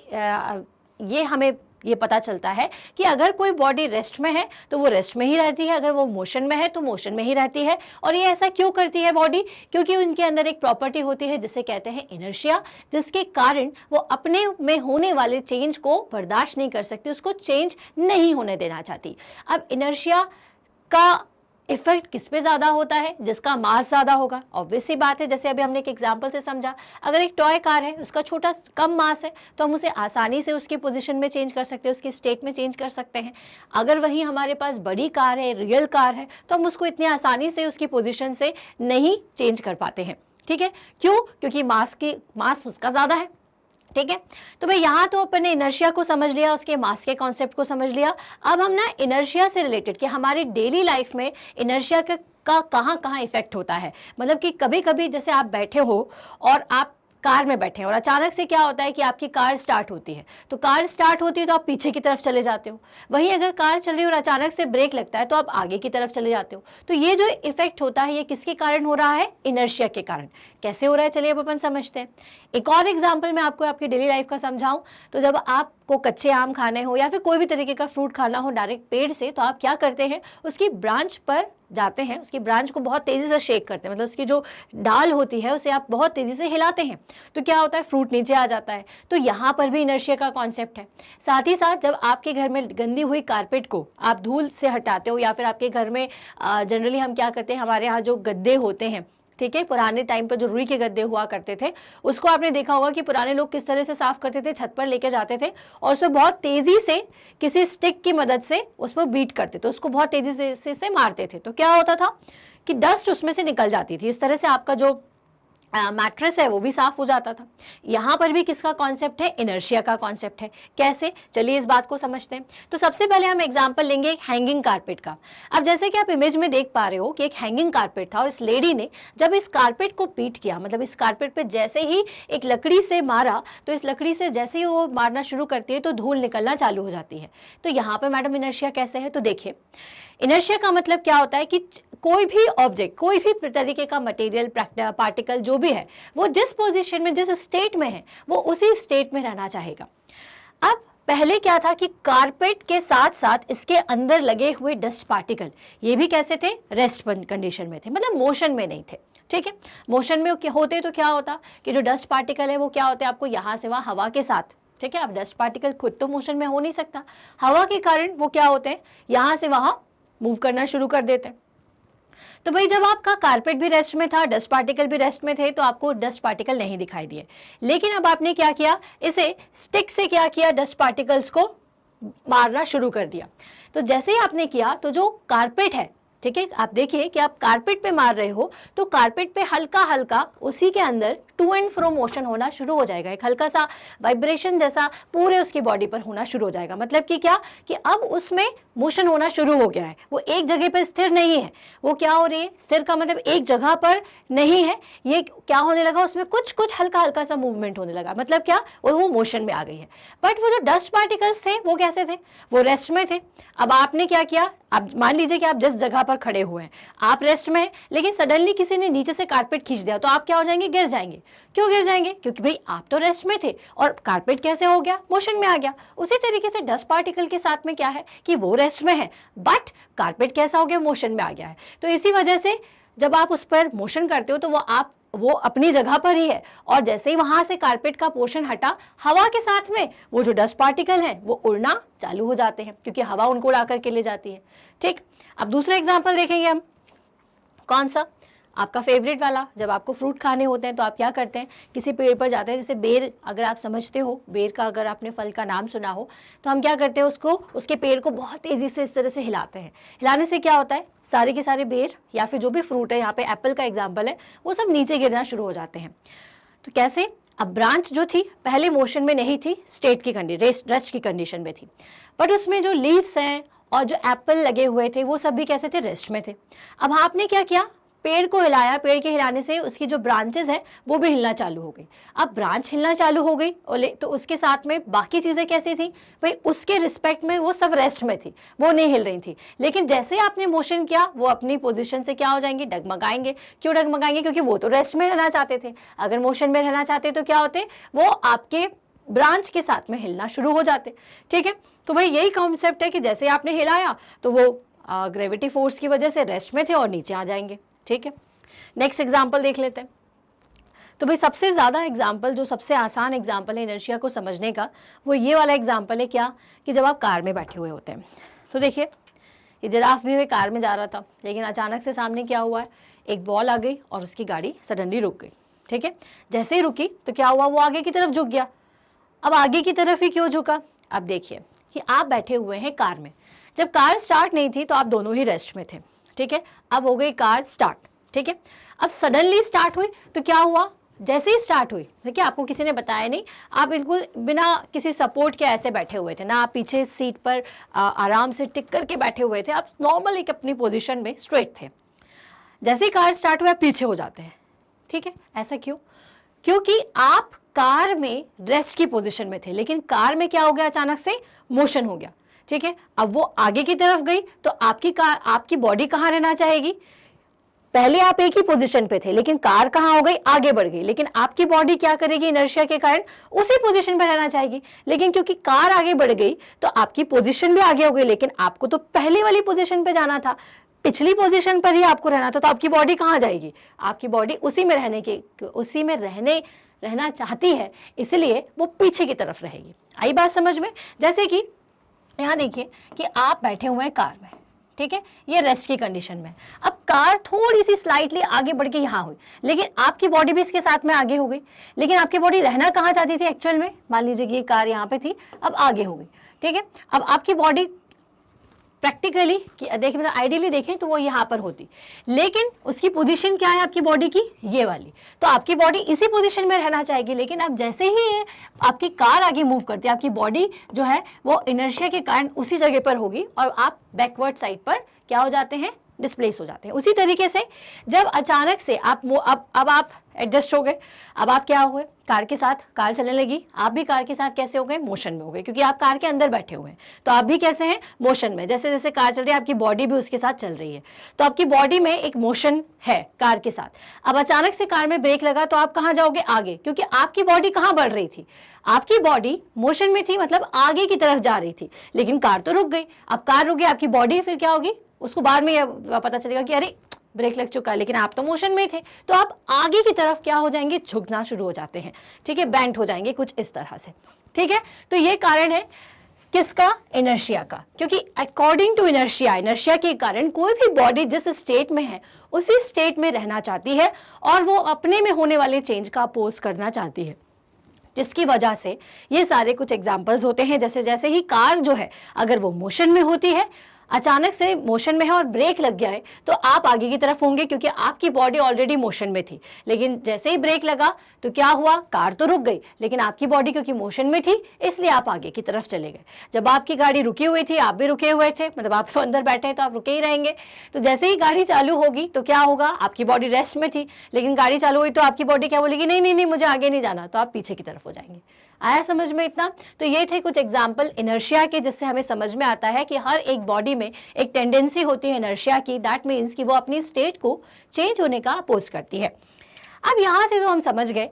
अब हमने ये फर्स्ट लॉ ऑफ मोशन को अच्छे से समझ लिया है। फर्स्ट लॉ ऑफ मोशन क्या कहता है कि बॉडी जिस स्टेट में हो उसी स्टेट में रहना चाहती है। अगर रेस्ट में है तो रेस्ट में, और यूनिफॉर्म मोशन कर रही है तो यूनिफॉर्म मोशन में ही रहेगी अनटिल एंड अनलेस, जब तक कि हम इसमें क्या ना लगा दें, कोई एक्सटर्नल फोर्स उस पर अप्लाई ना कर दें। क्लियर है? अब आता है second law of motion. But second law of motion को समझने से पहले हमें एक टर्म जिसका नाम है मोमेंटम, उसे समझना पड़ेगा। क्लियर है? अब मोमेंटम, अब देखिए कि क्या है कि अगर मुझे मोमेंटम को अपन समझे, लेकिन इसके पहले 2-3 पॉइंट्स और समझ लेते हैं हम। कि मान लीजिए कि मेरे पास 2 बॉल्स हैं, एक क्रिकेट की बॉल है, एक टेनिस की बॉल है। ठीक है, आपको ज़्यादा फोर्स किसको रोकने में लगाना पड़ेगा? ठीक है, या अगर मान लीजिए आप जिसको खेल रहे हैं तो आपको ज़्यादा प्रेशर किस पे लगाना पड़ेगा, ज़्यादा फोर्स किस पे अप्लाई करना पड़ेगा? ज़्यादा फोर्स जो है वो हमें लगाना पड़ेगा क्रिकेट की बॉल पर। ठीक है, कोई मुझे दूर से क्रिकेट की बॉल फेंक कर दे रहा है तो उसको पकड़ने में मुझे जितना फोर्स अप्लाई करना पड़ेगा, उसको रोकने में उतना फोर्स मुझे टेनिस की बॉल में नहीं लगेगा। टेनिस और क्रिकेट में कंफ्यूज हो रहे हो तो हम क्रिकेट की बॉल और एक छोटी सी रबर की बॉल जिससे छोटे बच्चे खेलते हैं, सॉफ्ट टॉय जो होता है, स्माइली बनी हुई, उसको आप एग्जाम्पल के तौर पर समझिए। मेरे हाथ में एक में क्रिकेट की बॉल है, एक हाथ में मेरे वो सॉफ्ट टॉय है। क्रिकेट की बॉल को उछालने में मुझे थोड़ा ज़्यादा फोर्स अप्लाई करना पड़ेगा और वो मेरे हाथ पे महसूस भी होगा कि जब वो नीचे आएगी तो उसको रोकने के लिए मुझे थोड़ा ज़्यादा फोर्स लगाना पड़ता है। वहीं अगर मेरे पास सॉफ्ट टॉय तो मैं उसे आसानी से जंप करवा सकती हूँ, आसानी से मैं उसे उछाल करके खेल पाती हूँ।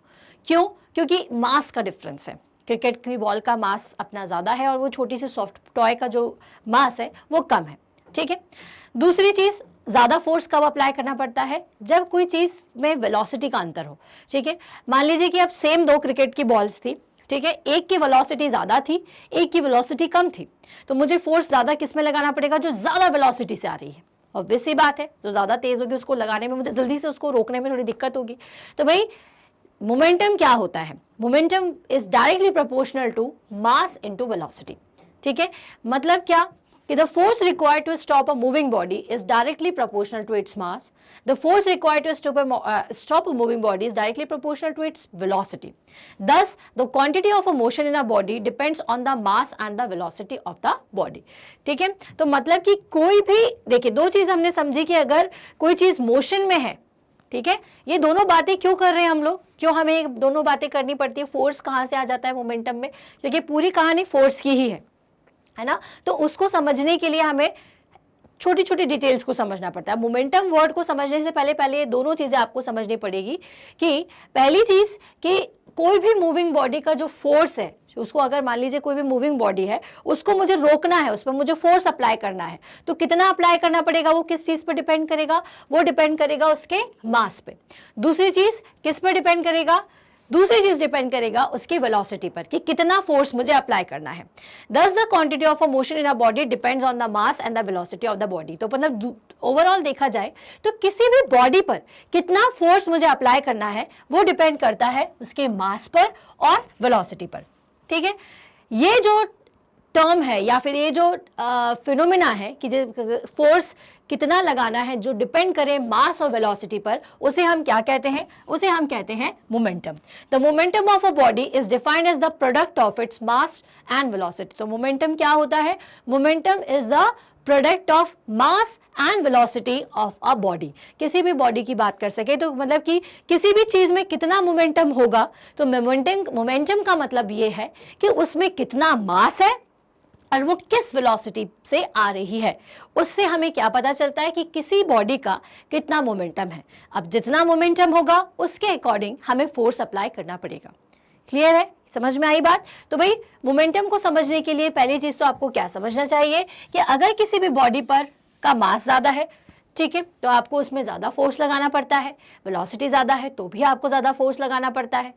अब वहीं अगर कम मास का और कम वेलोसिटी का कोई ऑब्जेक्ट है तो आपको क्या करना पड़ेगा, उसमें थोड़ा कम फोर्स लगाना पड़ेगा।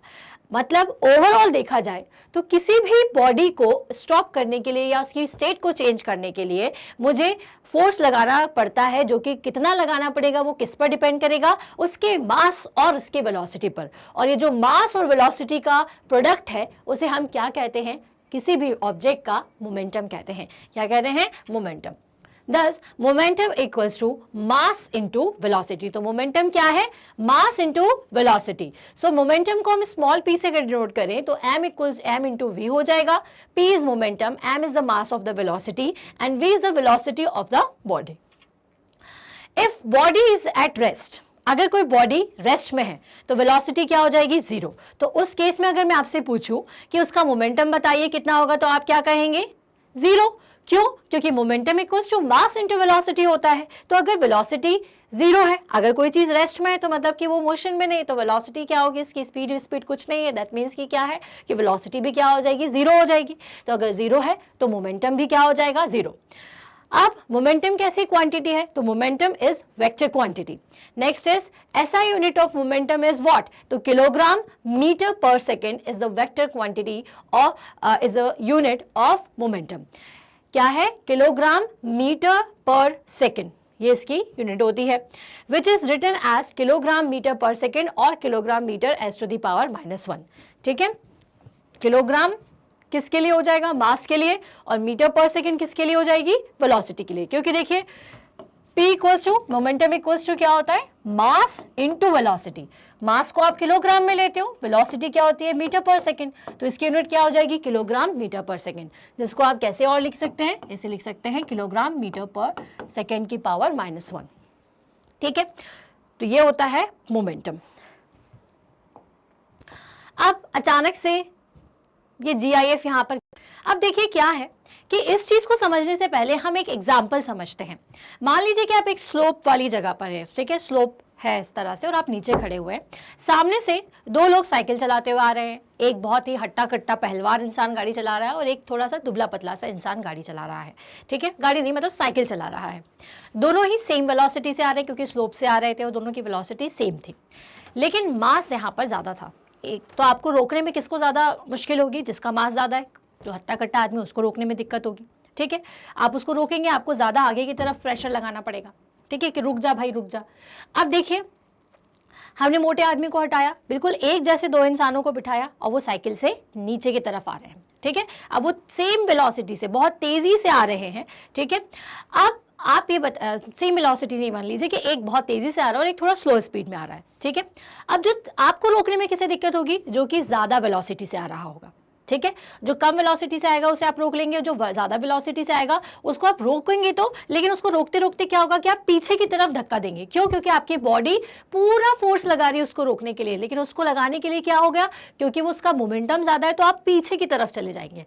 ठीक है, अब वही यहाँ पे जब कराटे प्लेयर की बात करें तो कराटे प्लेयर क्या करता है, बहुत तेजी से अपने हैंड मूवमेंट करते हैं, मतलब उनकी स्पीड बहुत ज्यादा होती है हैंड की।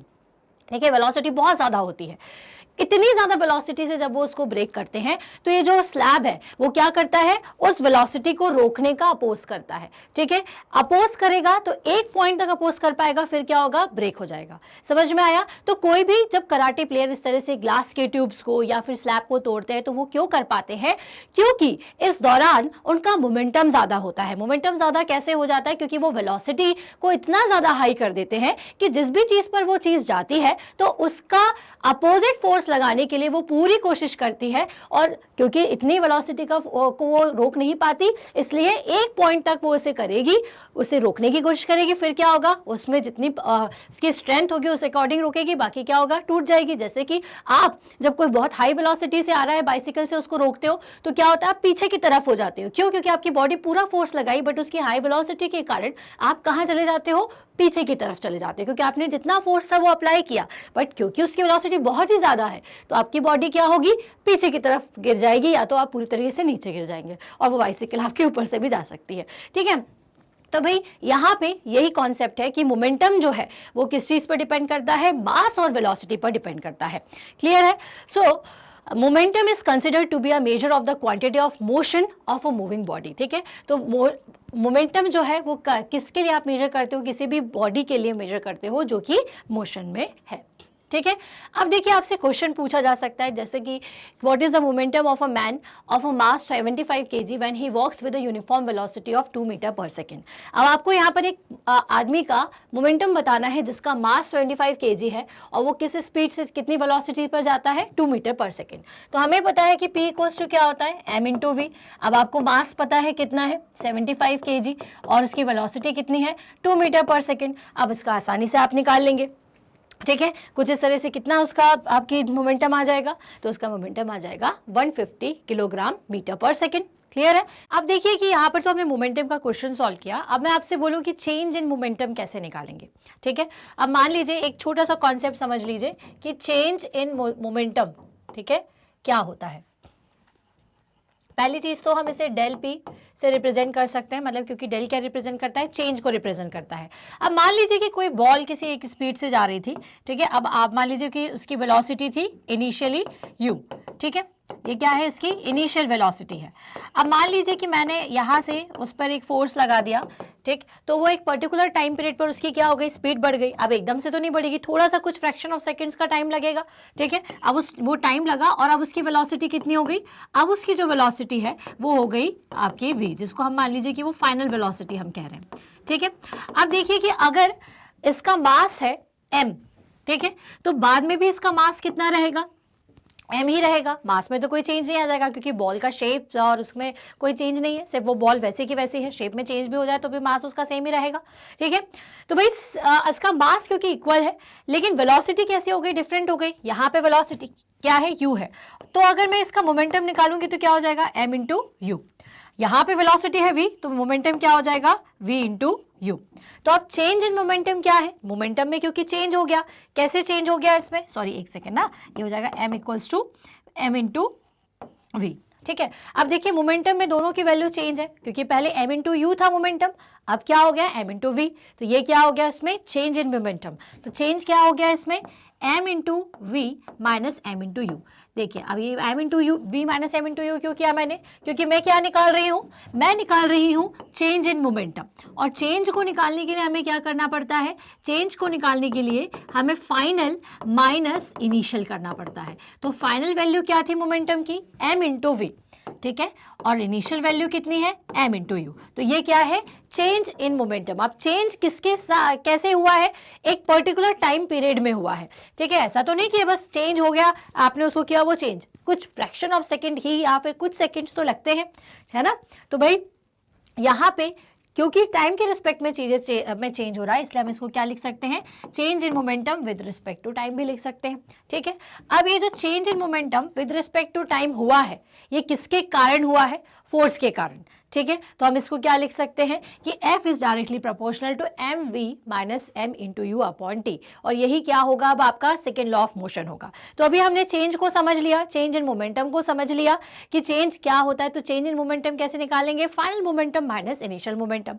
अब ये अपॉन टी जब आप इसमें कर देते हो तब इसमें कॉन्सेप्ट आ जाता है सेकेंड लॉ ऑफ मोशन का। और सेकेंड लॉ ऑफ मोशन क्या कहता है, तो सेकेंड लॉ ऑफ मोशन कहता है the rate of change of momentum of a body is directly proportional to the applied force and it take place in the direction in which the force acts, ठीक है। जैसे मैंने ball को जिस direction में उस पर फोर्स लगाया उसी डायरेक्शन में वो चेंज हुआ है, यही हुआ था कि नहीं। आपने बॉल को इस डायरेक्शन में फेंका तो चेंज भी मोमेंटम में किस तरफ हुआ है, इसी डायरेक्शन में हुआ है। उसकी वेलोसिटी में भी चेंज इसी डायरेक्शन में हुआ है, ठीक है। तो rate of change of momentum of a body is directly proportional to the applied force. और किसी भी चीज में मोमेंटम में कब चेंज होगा, मान लीजिए कि किसी का भी मास अगर जितना भी है, मान लीजिए 2 kg है, तो वो 2 kg ही रहेगा। कोई मास चेंज होगा क्या, नहीं चेंज होगा जब तक कि हम उसमें बाहरी तौर पर उसमें कुछ चेंजेस ना कर दें, ठीक है। मास तो वही का वही रहेगा। तो अगर मुझे मोमेंटम में चेंज करना है तो कैसे करेंगे, हम उसमें जब फोर्स अप्लाई करेंगे तो उसकी वेलोसिटी में चेंज होगा। जितना फोर्स आपने अप्लाई किया उतना ही वो उसमें उसके मोमेंटम में चेंज होगा। मैं किसी चीज को हल्का सा पुश करती हूँ तो वो थोड़ा सा डिस्प्लेस होता है, लेकिन मैं उसको बहुत तेजी से करूंगी तो वो ज्यादा डिस्प्लेस हो जाएगा, ज्यादा अपनी जगह से आगे की तरफ जाएगा। तो मतलब क्या यहाँ पे अमाउंट ऑफ फोर्स जो है वो किसी भी चीज के मोमेंटम को चेंज कर रहा है। तो इसका मतलब applied force is directly proportional to the change in momentum, the rate of change of momentum. Force जितना भी आप अप्लाई करते हो वो मोमेंटम के चेंज होने के डायरेक्टली प्रोपोर्शनल होता है। जितना फोर्स लगाओगे उतना मोमेंटम चेंज होगा। अब मोमेंटम किसके रिस्पेक्ट में चेंज होता है? तो टाइम के रिस्पेक्ट में चेंज होता है, ठीक है। So the rate of change of momentum of a body can obtain by dividing the change in momentum by time taken for the change. So Newton second law of motion will be, तो second law of motion क्या हो जाएगा? अब आप बताइए। तो force is directly proportional to the change in motion in divided by the time taken, क्योंकि हम टाइम के रिस्पेक्ट में इस चेंज को चेक कर रहे हैं। इस टाइम के रिस्पेक्ट में ये मोमेंटम चेंज हो रहा है, इसलिए हम इसमें टाइम को डिवाइड करते हैं। तो force is directly proportional to the change in momentum and indirectly proportional to the time taken. अब इस चीज को हम आगे कुछ एग्जाम्पल्स के साथ में समझेंगे, ठीक है, कि इससे हमें दो चीजें समझ में आ रही है। क्या चीज समझ में आ रही है? पहली चीज तो force is directly proportional to the change in momentum. अगर हम किसी चीज की वेलोसिटी में चेंज कर दें तो उसके मोमेंटम में चेंज हो जाएगा। अब वेलोसिटी में चेंज कैसे होगा? क्योंकि हमने उसमें फोर्स लगाया। जितना फोर्स लगाओगे जो उतनी वेलोसिटी बढ़ेगी, ठीक है। जितना ज्यादा वेलोसिटी उतना, मतलब जितना ज्यादा फोर्स उतनी ज्यादा वेलोसिटी, उतना ज्यादा चेंज इन मोमेंटम। अब यहाँ पे डायरेक्टली प्रोपोर्शनल है मोमेंटम, लेकिन इनवर्सली प्रोपोर्शनल है टाइम टेकन। इसका मतलब जितना ज्यादा मैं टाइम करूंगी उतना कम क्या हो जाएगा? फोर्स हो जाएगा, क्योंकि फोर्स की वैल्यू निकालनी है तो change in momentum divided by time taken करना है। तो जितना ज्यादा मैं टाइम एक्सटेंड कर दूंगी उतना कम फोर्स लगेगा, ठीक है। इस चीज को हम आगे स्टार मार्क कर देते हैं। आगे हम इसको कुछ एग्जांपल्स के साथ में समझते हैं, ठीक है। फिलहाल आपको समझ में आया कि force is directly proportional to the change in momentum and indirectly proportional to the time. और ये इनडायरेक्टली प्रोपोर्शनल टाइम के कैसे हो गया? क्योंकि ये सारी चीजें टाइम के रिस्पेक्ट में होती हैं, लेकिन अगर टाइम को बढ़ा देंगे तो क्या होगा? फोर्स में कमी आ जाएगी, क्योंकि इस रिलेशन से हमें ये समझ में आ रहा है, ठीक है। अब भाई हमने यहाँ पर क्या बोला कि चेंज इन मोमेंटम। अब चेंज इन मोमेंटम कैसे निकालते हैं वो मैंने अभी आपको समझाया है। तो इसीलिए हमने यहाँ पर इसको मैथमेटिकली एक्सप्रेस करने के लिए बेहतर तरीके से यहाँ पर एक फॉर्मूला, इसको हम फॉर्मूला बेस्ड कर देंगे। एग्जाम में कैसे लिखना उसी हिसाब से अभी हम पढ़ रहे हैं वन शॉर्ट वीडियो में। बहुत डिटेल में इस चीज को समझेंगे डिटेल लेक्चर्स में, ठीक है। So consider a body of a mass m। हमने एक बॉडी कंसिडर की जिसका मास कितना है? m है। इसकी इनिशियल वेलोसिटी थी v, ठीक है, u, सॉरी, इसकी इनिशियल वेलोसिटी कितनी है? u है।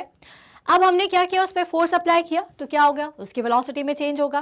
क्या मास में चेंज होगा? नहीं, मास तो जो है वही रहेगा। Okay, so suppose a force F acts on this body for the time t and causes the final velocity to become v। हमने उस पर फोर्स अप्लाई किया जिससे क्या हो गया? उसकी वेलोसिटी हो गई v। The final momentum of the body will be m into v। So the change in momentum of the body is mv minus mu। अब ये चेंज कितना हो जाएगा? mv minus mu and the time taken for this change। और ये जो change हुआ है इसको हैपन होने में, okay, so the time required to happen this change is t। मान लीजिए कि t टाइम में ये इतना चेंज इसमें ऑकर हो रहा है, तो फोर्स क्या हो जाएगा? According to formula F equals to mv minus mu upon t।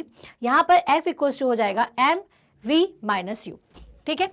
यहाँ पे हम इसे डायरेक्टली प्रोपोर्शनल अभी लेकर के चलते हैं, ठीक है। इसको इस तरह से नहीं समझते हैं, इसे प्रोपोर्शनल लेके चलते हैं। सो यहाँ पे अगर v minus u upon t को देखें तो v माइनस यू क्या हो रहा है? चेंज इन वेलोसिटी है, और चेंज इन वेलोसिटी क्या होता है? Acceleration. So acceleration is v minus u upon T. So v minus u upon T represents the change in velocity with time which is known as acceleration। so by returning a in v minus u the above relation we will get। तो ये जो relation है ये क्या हो जाएगा आपका? f is proportional m into a, ठीक है। ये वाला जो आपका f है चेंज इन मोमेंटम, ये क्या हो जाएगा? यहाँ पर अगर हम एक्सप्रेशन को लिखें तो इस एक्सप्रेशन में हमने क्या किया हुआ है? f equals to m v minus u है। v माइनस यू को हम क्या लिख सकते हैं? v minus u upon t को क्या लिख सकते हैं? एक्सेलरेशन, क्योंकि टाइम के रिस्पेक्ट में वेलोसिटी में चेंज हो रहा है, इसको अपन प्रोपोर्शनल ही रहने दें। f इक्वल्स टू हम लिख सकते हैं k m a, लेकिन SI यूनिट के लिए हम k को क्या लेते हैं? 1 लेते हैं, इसलिए हर जगह लिखा होता है f equals to m into a, ठीक है। तो force is directly proportional to mass into acceleration. तो किसी भी बॉडी के मास और उसके एक्सेलरेशन के प्रोडक्ट के बराबर होता है क्या? Force. So thus the force acting on a body is directly proportional to. अब जब आप एग्जाम में इतना चीजें लिख दोगे, ठीक है, इसके बाद आपको क्या लिखना है कि force is directly proportional to the product of, याद रखिए प्रोडक्ट है इसलिए क्या लिखा आपने, product of mass of the body and acceleration produced in the body. Mass of the body and acceleration produced in the body, ठीक है, in the body by the action of the force, ठीक है, by the action of the force. The force acting on a body, किसी भी body पर जो force act कर रहा है, ठीक है, वो किसके प्रोपोर्शनल होगा? The force acting on a body is directly proportional to the mass of the body and acceleration produce in the body by the action of force, ठीक है, and it act in the direction of acceleration. और वो किस direction में act करेगा? Acceleration के, ठीक है, जिस डायरेक्शन में फोर्स लगा उसी डायरेक्शन में एक्सेलरेशन एक्ट करेगा। This is the another definition of Newton second law. ये दूसरी डेफिनेशन है जिसको आपको बहुत अच्छे तरीके से लिखना है। The relation F into m A can be written in the equation by putting constant K। हम जैसा मैंने अभी आपको समझाया कि प्रोपोर्शनल तो हमारा साइन चल ही रहा है, हम प्रोपोर्शनल को हटा के क्या लिख सकते हैं? K लिख सकते हैं, और ये जो K है उसे हम क्या लेते हैं? 1 लेते हैं, इसलिए F इक्वल्स टू होगा m into A, that is mass into acceleration. So thus the second law of motion gives us a relationship between force and acceleration. इसलिए जो आपका सेकेंड लॉ ऑफ मोशन है ये क्या देता है? हमें रिलेशन देता है फोर्स, मास और एक्सेलरेशन के बीच में, ठीक है। When a force act on a body, जब भी कोई फोर्स किसी बॉडी पर एक्ट करता है, it produces a acceleration in the body. The acceleration produced may be positive और negative. Newton's second law of motion also gives us the method of measuring the force in terms of mass and acceleration। तो भाई Newton के second law से हमें ये समझ में आया कि जब भी हम किसी चीज पर फोर्स अप्लाई करते हैं तो उसमें एक्सेलरेशन प्रोड्यूस हो जाता है। क्या प्रोड्यूस होता है? एक्सेलरेशन प्रोड्यूस होता है, जिसका डायरेक्शन वही होता है जिस डायरेक्शन में हमने उसमें फोर्स लगाया है। अभी एक्सेलरेशन पॉजिटिव भी हो सकता है, नेगेटिव भी हो सकता है, और ये जो मेथड है, ये जो सेकेंड लॉ है, ये आपको क्या देता है? ये सेकेंड लॉ आपको मास और एक्सेलरेशन की वैल्यू निकालने में भी मदद करता है। The force acting on body can be calculated by using the formula F into ma। Force को भी हम निकाल सकते हैं, ठीक है। अब भाई ऑब्वियस सी बात है, अगर ये फॉर्मूला है F equals to m into a, तो अब a निकालना है तो क्या कर सकते हैं? F अपॉन m कर सकते हैं। So the acceleration produced in a body is directly proportional to the force acting on it and inversely proportional to the mass of the body. ये क्या बात बोल रहे हैं कि किसी भी चीज में एक्सेलरेशन अगर प्रोड्यूस होना है तो वो किसके प्रोपोर्शनल होगा? Directly proportional to the force and inversely proportional to the mass of the body। obvious सी बात है, किसी बॉडी का जितना ज्यादा मास होता है उतनी ज्यादा उसकी वेलोसिटी क्या होती है? कम हो जाती है, ठीक है। जैसे कि अब इस कॉन्सेप्ट से एक बात और क्लियर होती है। देखिए, मान लीजिए कि एक साइकिल पर एक मोटा आदमी बैठ करके आ रहा है, जैसा अभी हमने एग्जांपल लिया था, और एक साइकिल पर पतला आदमी, दुबला पतला आदमी बैठा हुआ है। दोनों एक जैसे स्लोप से आ रहे हैं, बिल्कुल एक स्लोप है। अब इन दोनों का मोमेंटम कैसा होगा? मोमेंटम दोनों का सेम होगा, क्योंकि एक जगह पर जो पतला आदमी है, क्योंकि उसका मास कम है, क्या है? मास कम है, तो उसकी वेलोसिटी ज्यादा होगी। मतलब क्या ज्यादा होगा? उसका एक्सेलरेशन ज्यादा होगा, ठीक है। और जो कि मोटा आदमी है उसका मास ज्यादा होगा तो उसकी वेलोसिटी कम हो जाएगी। अब एक जगह पर वेलोसिटी ज्यादा है और एक जगह पर क्या ज्यादा है? एक जगह पर जो है वेलोसिटी जो है ये ज्यादा है, ठीक है, v ज्यादा है ना, और एक जगह पर आपका मास ज्यादा है।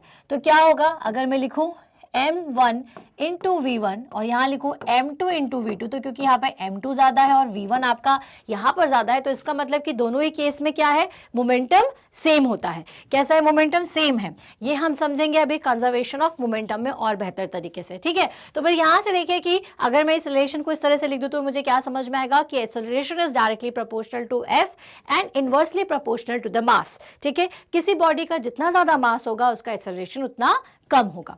क्लियर है? सो SI unit of force is Newton, which is denoted by N.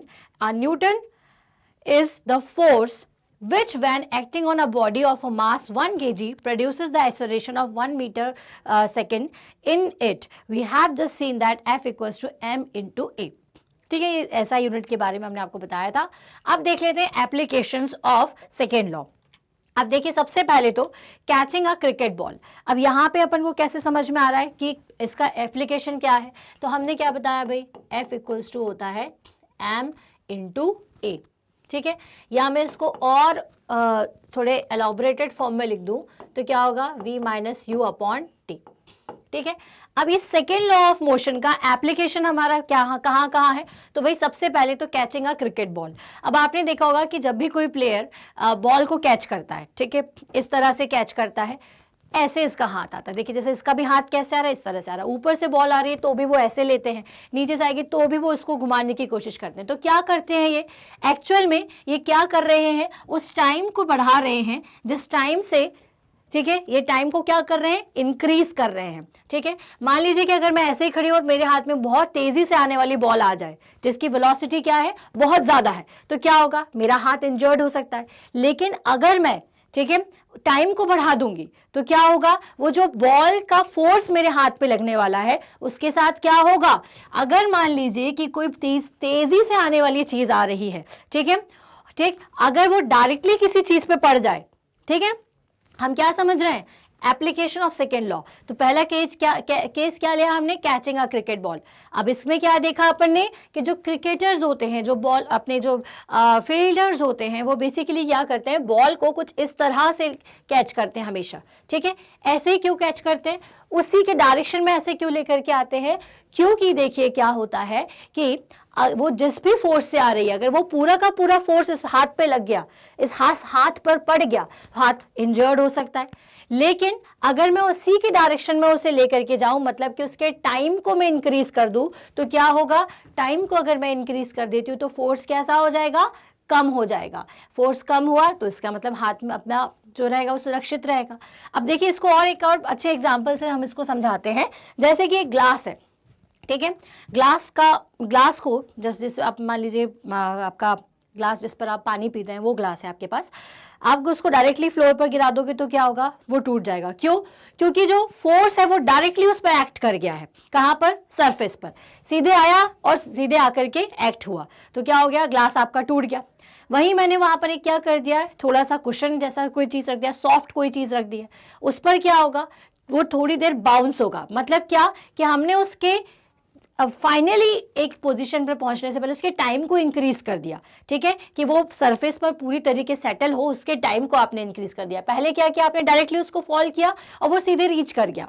ठीक है, जैसे ही रीच किया तो वो टूट गया क्योंकि फोर्स ज्यादा हो गया। अब मैंने यहाँ पर क्या किया, उसके टाइम को इंक्रीज कर दिया। टाइम को जितना ज्यादा आप इंक्रीज करते हो तो फोर्स क्या हो जाता है आपका, उतना ही कम हो जाता है। जितना ज्यादा आपका टाइम होगा फोर्स उतना ही क्या होता जाएगा, कम होता जाएगा। तो यहाँ पर भी वही होता है, बॉल को फाइनल पोजीशन तक लाने के लिए हम क्या कर देते हैं, टाइम को इसके इंक्रीज कर देते हैं, जिसके वजह से क्या होता है, फोर्स कम हो जाता है बॉल का और क्रिकेटर को उसके हाथ में कोई भी इंजरी नहीं होती।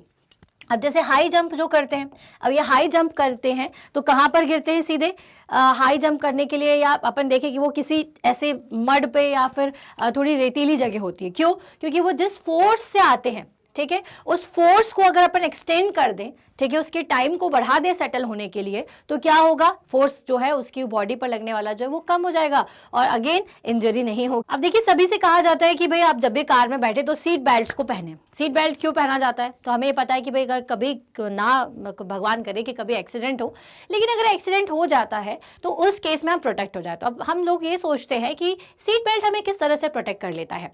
अब देखिए जैसा अभी हमने समझा था कि मान लीजिए कि आपका जो गाड़ी है वो मोशन की कंडीशन में, तो मतलब क्या है, आप भी उसके साथ मोशन में है।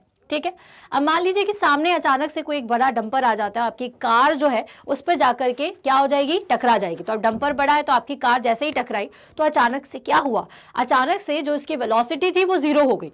वेलोसिटी जीरो हो गई कार की तो मोमेंटम भी क्या हो गया, जीरो। ठीक है, वेलोसिटी कम हुई तो इसका मतलब कि उस पर ज्यादा फोर्स एक्ट करेगा, और मतलब कि जो स्टॉपिंग फोर्स है, देखिए मान लीजिए कि आपकी कार यहाँ से आ रही थी, ठीक है, और यहाँ पे एक बड़ा सा डंपर था, ठीक है, उस डंपर से जाकर के वो क्या हो गई, टकरा गई। ठीक है, अब जैसे ही टकराई तो क्या हुआ, उसकी वेलोसिटी सडन जीरो हो जाती है। जैसे कि आपने कांच के ग्लास को ऊपर से फेंका तो उसकी वेलोसिटी सडन जीरो होती है। जैसे ही सडन जीरो हुई तो दैट मीन्स क्या हो गया, जितने आपकी वेलोसिटी कम हुई और जल्दी से हो गई, टाइम बहुत फ्रैक्शन ऑफ मिनट सेकेंड्स में, मतलब टाइम कम था, कम टाइम में क्योंकि जल्दी से टकरा गई तो इससे क्या हुआ, ज्यादा उस पर F इक्वल्स टू क्या होता है, F इक्वल्स टू होता है m v minus u by t. ठीक है, तो इसका मतलब क्या कि अगर मान लीजिए कम टाइम है, टाइम क्या है, लेस है, तो फोर्स क्या हो जाएगा आपका, ज्यादा होगा, फोर्स ज्यादा होगा, फोर्स ज्यादा हुआ तो ज्यादा उस पर इफेक्ट पड़ेगा। मतलब जल्दी से ही क्या हुआ है, कार क्योंकि तुरंत टकरा गई, जैसे ही टकराई तो वेलोसिटी एकदम से क्या हो गई आपकी, कम हो गई। ठीक है, जो फाइनल वेलोसिटी है मान लीजिए वो एकदम से जीरो हो गई। ठीक है, टाइम कम था तो फोर्स क्या हो जाएगा, ऑब्वियस सी बात है, ज्यादा हो जाएगा। अगर वही मैं इस टाइम को, ये जो टकराव था जिसमें ये फोर्स जो लग रहा है, जो कि इस पर स्टॉपिंग फोर्स जो लग रहा है, उसके टाइम को बढ़ा दूं तो क्या होगा, टाइम बढ़ेगा तो ये जो स्टॉपिंग फोर्स है वो क्या हो जाएगा आपका, कम हो जाएगा। मतलब कि जो इफेक्ट आपको करने वाला है। तो देखिए इसको फिर से थोड़ा अच्छे से समझिए कि जैसे ही कार किसी चीज से टकराती है एक्सीडेंट के टाइम पर, क्योंकि आपकी कार जो है वो बहुत ज्यादा हाई स्पीड में होती है, जैसे ही हाई स्पीड की चीज को सडनली आप ब्रेक लगाओगे, ठीक है, सडन उस पर फोर्स लगेगा तो क्या होगा, सडन फोर्स लगेगा कम टाइम में तो स्टॉपिंग फोर्स ज्यादा होगा, और ज्यादा फोर्स लगेगा तो आपकी गाड़ी कैसी हो जाती है, पूरी खराब, सामने से टूट जाती है। वहीं अगर आपने अंदर बैठे हुए सीट बेल्ट लगाए हुए हैं तो सीट बेल्ट क्या करेगा, आपके ऊपर लगने वाले स्टॉपिंग फोर्स को क्या कर देगा, कम कर देगा। क्योंकि जैसे ही कार रुकेगी तो आप किस तरफ जाएंगे, आगे की तरफ जाएंगे, और सीट बेल्ट आपको क्या करेगा, पीछे की तरफ लाएगा। ठीक है, और सडनली नहीं लाएगा। ठीक है, सडनली आप आगे नहीं जा पाएंगे क्योंकि आपको सीट बेल्ट ने पकड़ा हुआ है, वो आपके ऊपर लगने वाले स्टॉपिंग फोर्स को क्या करेगा, रिड्यूस कर देगा। कैसे कर देगा, क्योंकि सीट बेल्ट लगा हुआ है तो जितनी स्पीड से आपकी कार ने टक्कर मारी है सामने, उतनी स्पीड से आप नहीं मार पाएंगे, आपके बेल्ट ने आप पर लगने वाले स्टॉपिंग फोर्स को कर दिया कम। ठीक है, जिसकी वजह से क्या हुआ, आप या तो इंजर्ड नहीं होंगे या फिर थोड़े कम इंजरी आपको होगी। समझ में आया। तो ये कॉन्सेप्ट है क्या, सीट बेल्ट का, और यहाँ पर काम करता है आपका सेकेंड लॉ ऑफ मोशन इस तरह से। ठीक है, अब आ जाते हैं हम न्यूटन के थर्ड लॉ पे, जो कि इंपॉर्टेंट है अगेन। सो न्यूटन का थर्ड लॉ क्या करता है, तो न्यूटन का थर्ड लॉ कहता है कि every action has equal and opposite reaction. हर एक एक्शन का कुछ ना कुछ रिएक्शन होता है। ठीक है, कुछ भी आप एक्ट करो, ठीक है, जैसे कि मान लीजिए कि मैं नाव पर बैठी थी, ठीक है, नाव में मैंने एंजॉय किया, मैं बाहर जब उतरने आ रही हूँ, ठीक है, तो मैं नाव से उतरूंगी तो मुझे नाव किस तरफ लेकर के जाती है, पीछे की तरफ लेकर के जाती है। क्यों मुझे पीछे खींचती है, बताइए, थोड़ा इसका रीजन बताएं। देखिए कि जब आप नाव से आगे की तरफ जाने की कोशिश करते हैं तो एक एक्शन आप कहाँ लगा रहे होते हैं, आपके पैर से उस पर पीछे की तरफ, तो इसीलिए आपको क्या महसूस होता है, आप आगे जा रहे हैं लेकिन आगे जाने के लिए आपने अपने पैर पर फोर्स लगाया, जिसकी वजह से क्या हुआ, एक्शन आगे है और रिएक्शन कहाँ हुआ, पीछे की तरफ। ठीक है, तो थर्ड लॉ ऑफ मोशन क्या कहता है, whenever one body exert a force on another body, the second body exert an equal and opposite force on the first body. जैसे कि मैं एक बॉडी जो कि हमारी थी, हमने क्या किया, उतरने के लिए एक फोर्स अप्लाई किया नाव पर। ठीक है, the second body exert an equal and opposite force. अब आपका जो फोर्स है आप आगे जाने के लिए कर रहे हो, लेकिन वो आपको किस तरफ लेके आएगी, पीछे की तरफ लेके आएगी, क्योंकि आपने फोर्स जहां लगाया है, ठीक है, इक्वल फोर्स वो लगाएगी, लेकिन डायरेक्शन कैसी हो जाएगी, अपोजिट हो जाएगी। ठीक है, आपको अपोजिट फोर्स फील करना पड़ेगा। ठीक है, तो या इसको इस तरह से याद रखिए कि one body exert a force on another body, the second body exert an equal opposite force on the first body. Equal, लेकिन कैसा फोर्स अप्लाई करती है, अपोजिट। ठीक है, फोर्स कैसा होगा आपका, फोर्स जो है आपका वो कैसा होगा, फोर्स की वैल्यू सेम होगी लेकिन कैसा होगा, ये अपोजिट होगा। आप जब नाव पर पैर रखते हो आगे जाने के लिए, आपने उस पर फोर्स लगाया, उसने भी आप पर फोर्स लगाया, लेकिन आप आगे की जगह पीछे क्यों जा रहे हो, क्योंकि वो पीछे की तरफ खिसक रही है, क्योंकि उसने रिएक्शन दिया, लेकिन उसी फोर्स का उसने पीछे की तरफ रिएक्शन दिया। ठीक है, आपका एक्शन कहाँ है, आगे, बट रिएक्शन कहाँ हो रही है, आपकी पीछे। तो every action is an equal and opposite reaction, जो कि सबसे ज्यादा कॉमन आपका लॉ है। ठीक है, every action has equal and opposite reaction.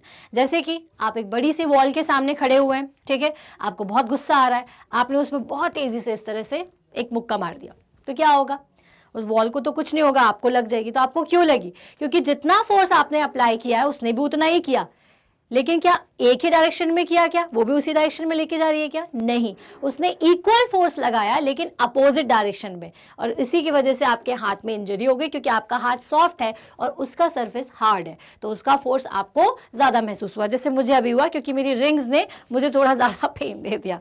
चलिए, ठीक है। So Newton's third law of motion, action and reaction act on two different bodies. ठीक है, पहला पॉइंट आपको क्या रखना है कि एक्शन और रिएक्शन जो है वो दो बॉडीज पर एक्ट होता है ना?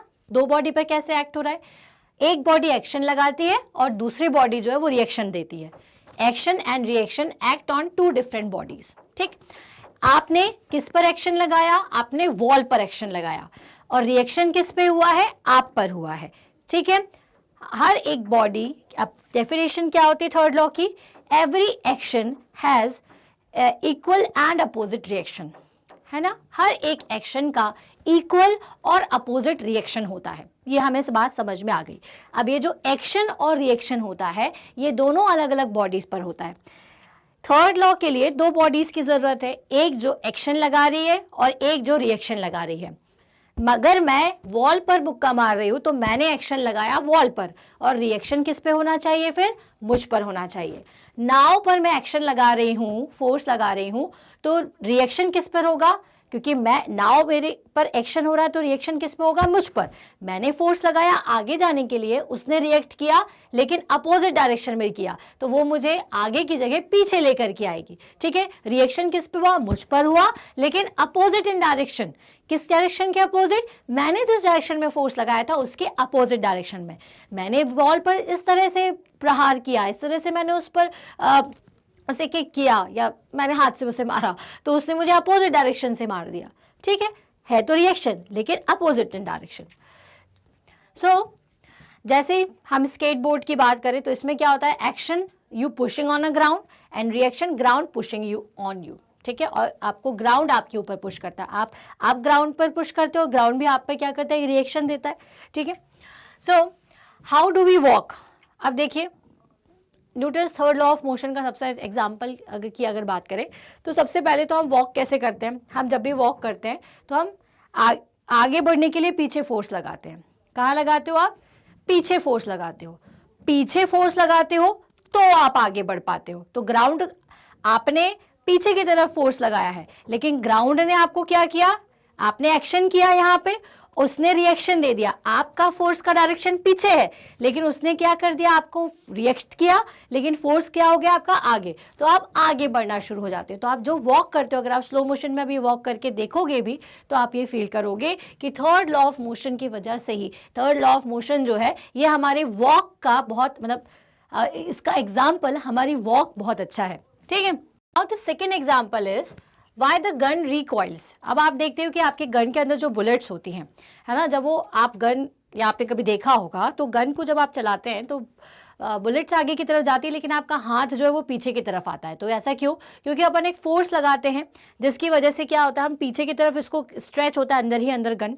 ठीक है, आप पीछे फोर्स लगाते हो तो गन, आपकी बुलेट जो है वो आगे जाती है, और वहीं जब बुलेट आगे जाती है तो वो आगे जा रही है तो वो कैसा रिएक्ट करेगी? एक्शन आगे हो रहा है तो रिएक्शन कैसा होगा? पीछे की तरफ। इसलिए जो हैंडल होता है वो एक, या आपका जो हाथ उसमें लगा होता है हैंडल पे, वो एक स्लाइटली आपको पीछे की तरफ धक्का देता हुआ या पीछे की तरफ आपका हाथ आपको जाते हुए दिखता है।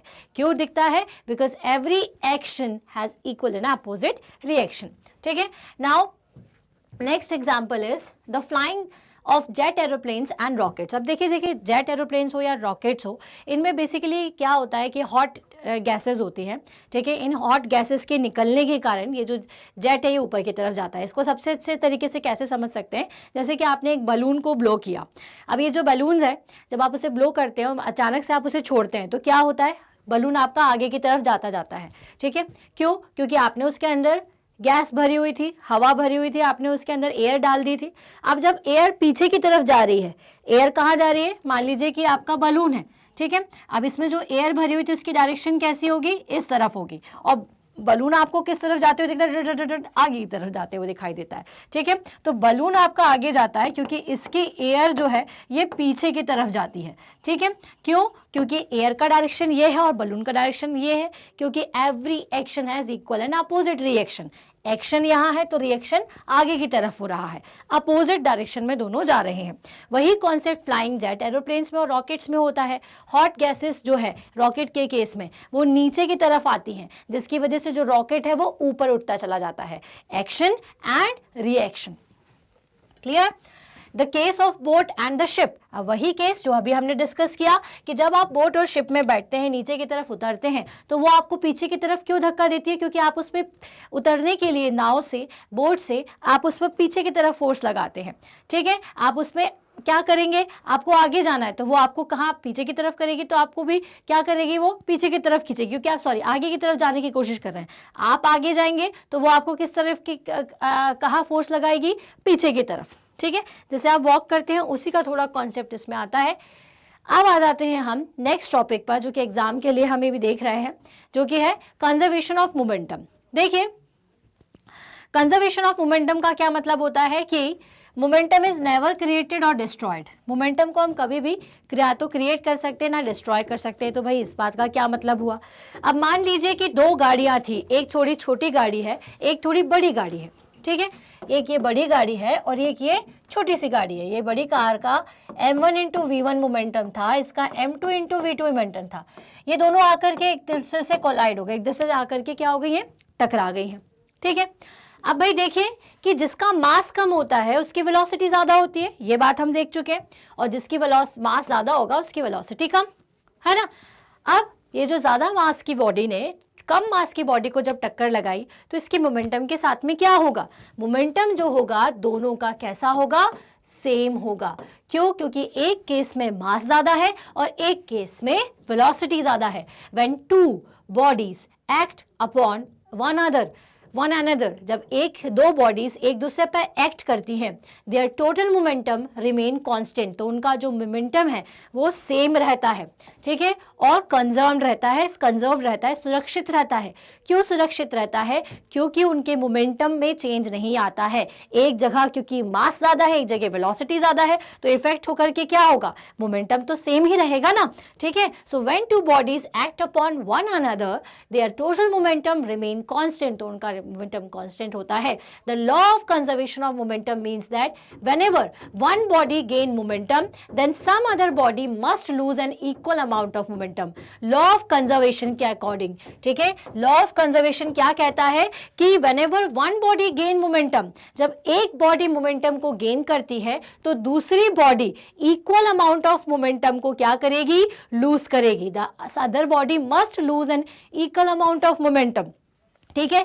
बट होता क्या है कि अगर एक बॉडी का मोमेंटम ज्यादा है, ठीक है, एक बॉडी के अंदर मास ज्यादा है, एक बॉडी के अंदर वेलोसिटी ज्यादा है, तो जब कम वेलोसिटी वाली जो गाड़ी थी, जब हाई वेलोसिटी वाली जो गाड़ी थी, मतलब कि आपकी ये जो छोटी वाली जो कार थी जिसकी वेलोसिटी क्या थी, ज्यादा थी, इसका मास ज्यादा था, ये इससे टकराएगी तो वेलोसिटी इसकी कम हो जाएगी, ठीक है, इसकी वेलोसिटी क्या हो जाएगी, कम हो जाएगी, और मास इसका कैसा है, सेम है, दोनों में क्या हो जाएगा, कोई अंतर नहीं रह जाएगा फिर, ठीक है। So when the other body must lose an equal amount of momentum, this law can also be stated that momentum is never created or nor destroyed.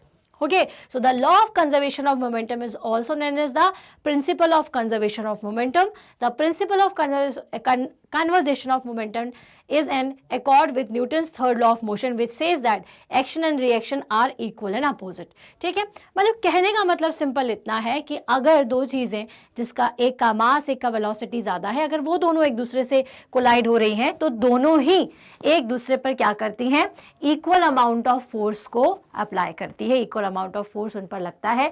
इसलिए आप देखते हो कि जब बड़ी कार का एक्सीडेंट, एक कार का एक्सीडेंट किसी ट्रक से होता है तो दोनों को ही इक्वल अमाउंट ऑफ क्या होता है, उन दोनों को ही इक्वल अमाउंट ऑफ क्षति होती है, मतलब दोनों में ही एक जैसी नुकसान उन दोनों को आप देखते हैं फेस करना पड़ता है, ठीक है।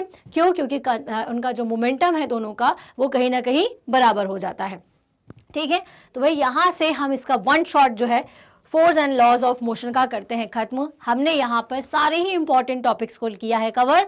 इसी के न्यूमेरिकल्स को हम एक नेक्स्ट वीडियो में देंगे। उस वीडियो को देखने के लिए subscribe our channel, step up academy. Step up academy एक ऐसा चैनल है जिसमें आपको नीट, क्लैट, जेई, सीवीटी जैसे कॉम्पिटिटिव एग्जाम्स की तैयारी तो हम करवाते ही हैं, साथ ही साथ सारी ही क्लासेस, सारी ही स्टेट बोर्ड के आपको यहाँ पर ऑनलाइन वीडियो लेक्चर्स मिल जाएंगे।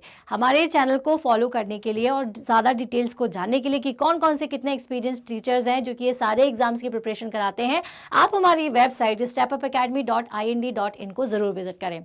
हम मिलेंगे हमारी नेक्स्ट वीडियो में, तब तक के लिए थैंक यू सो मच।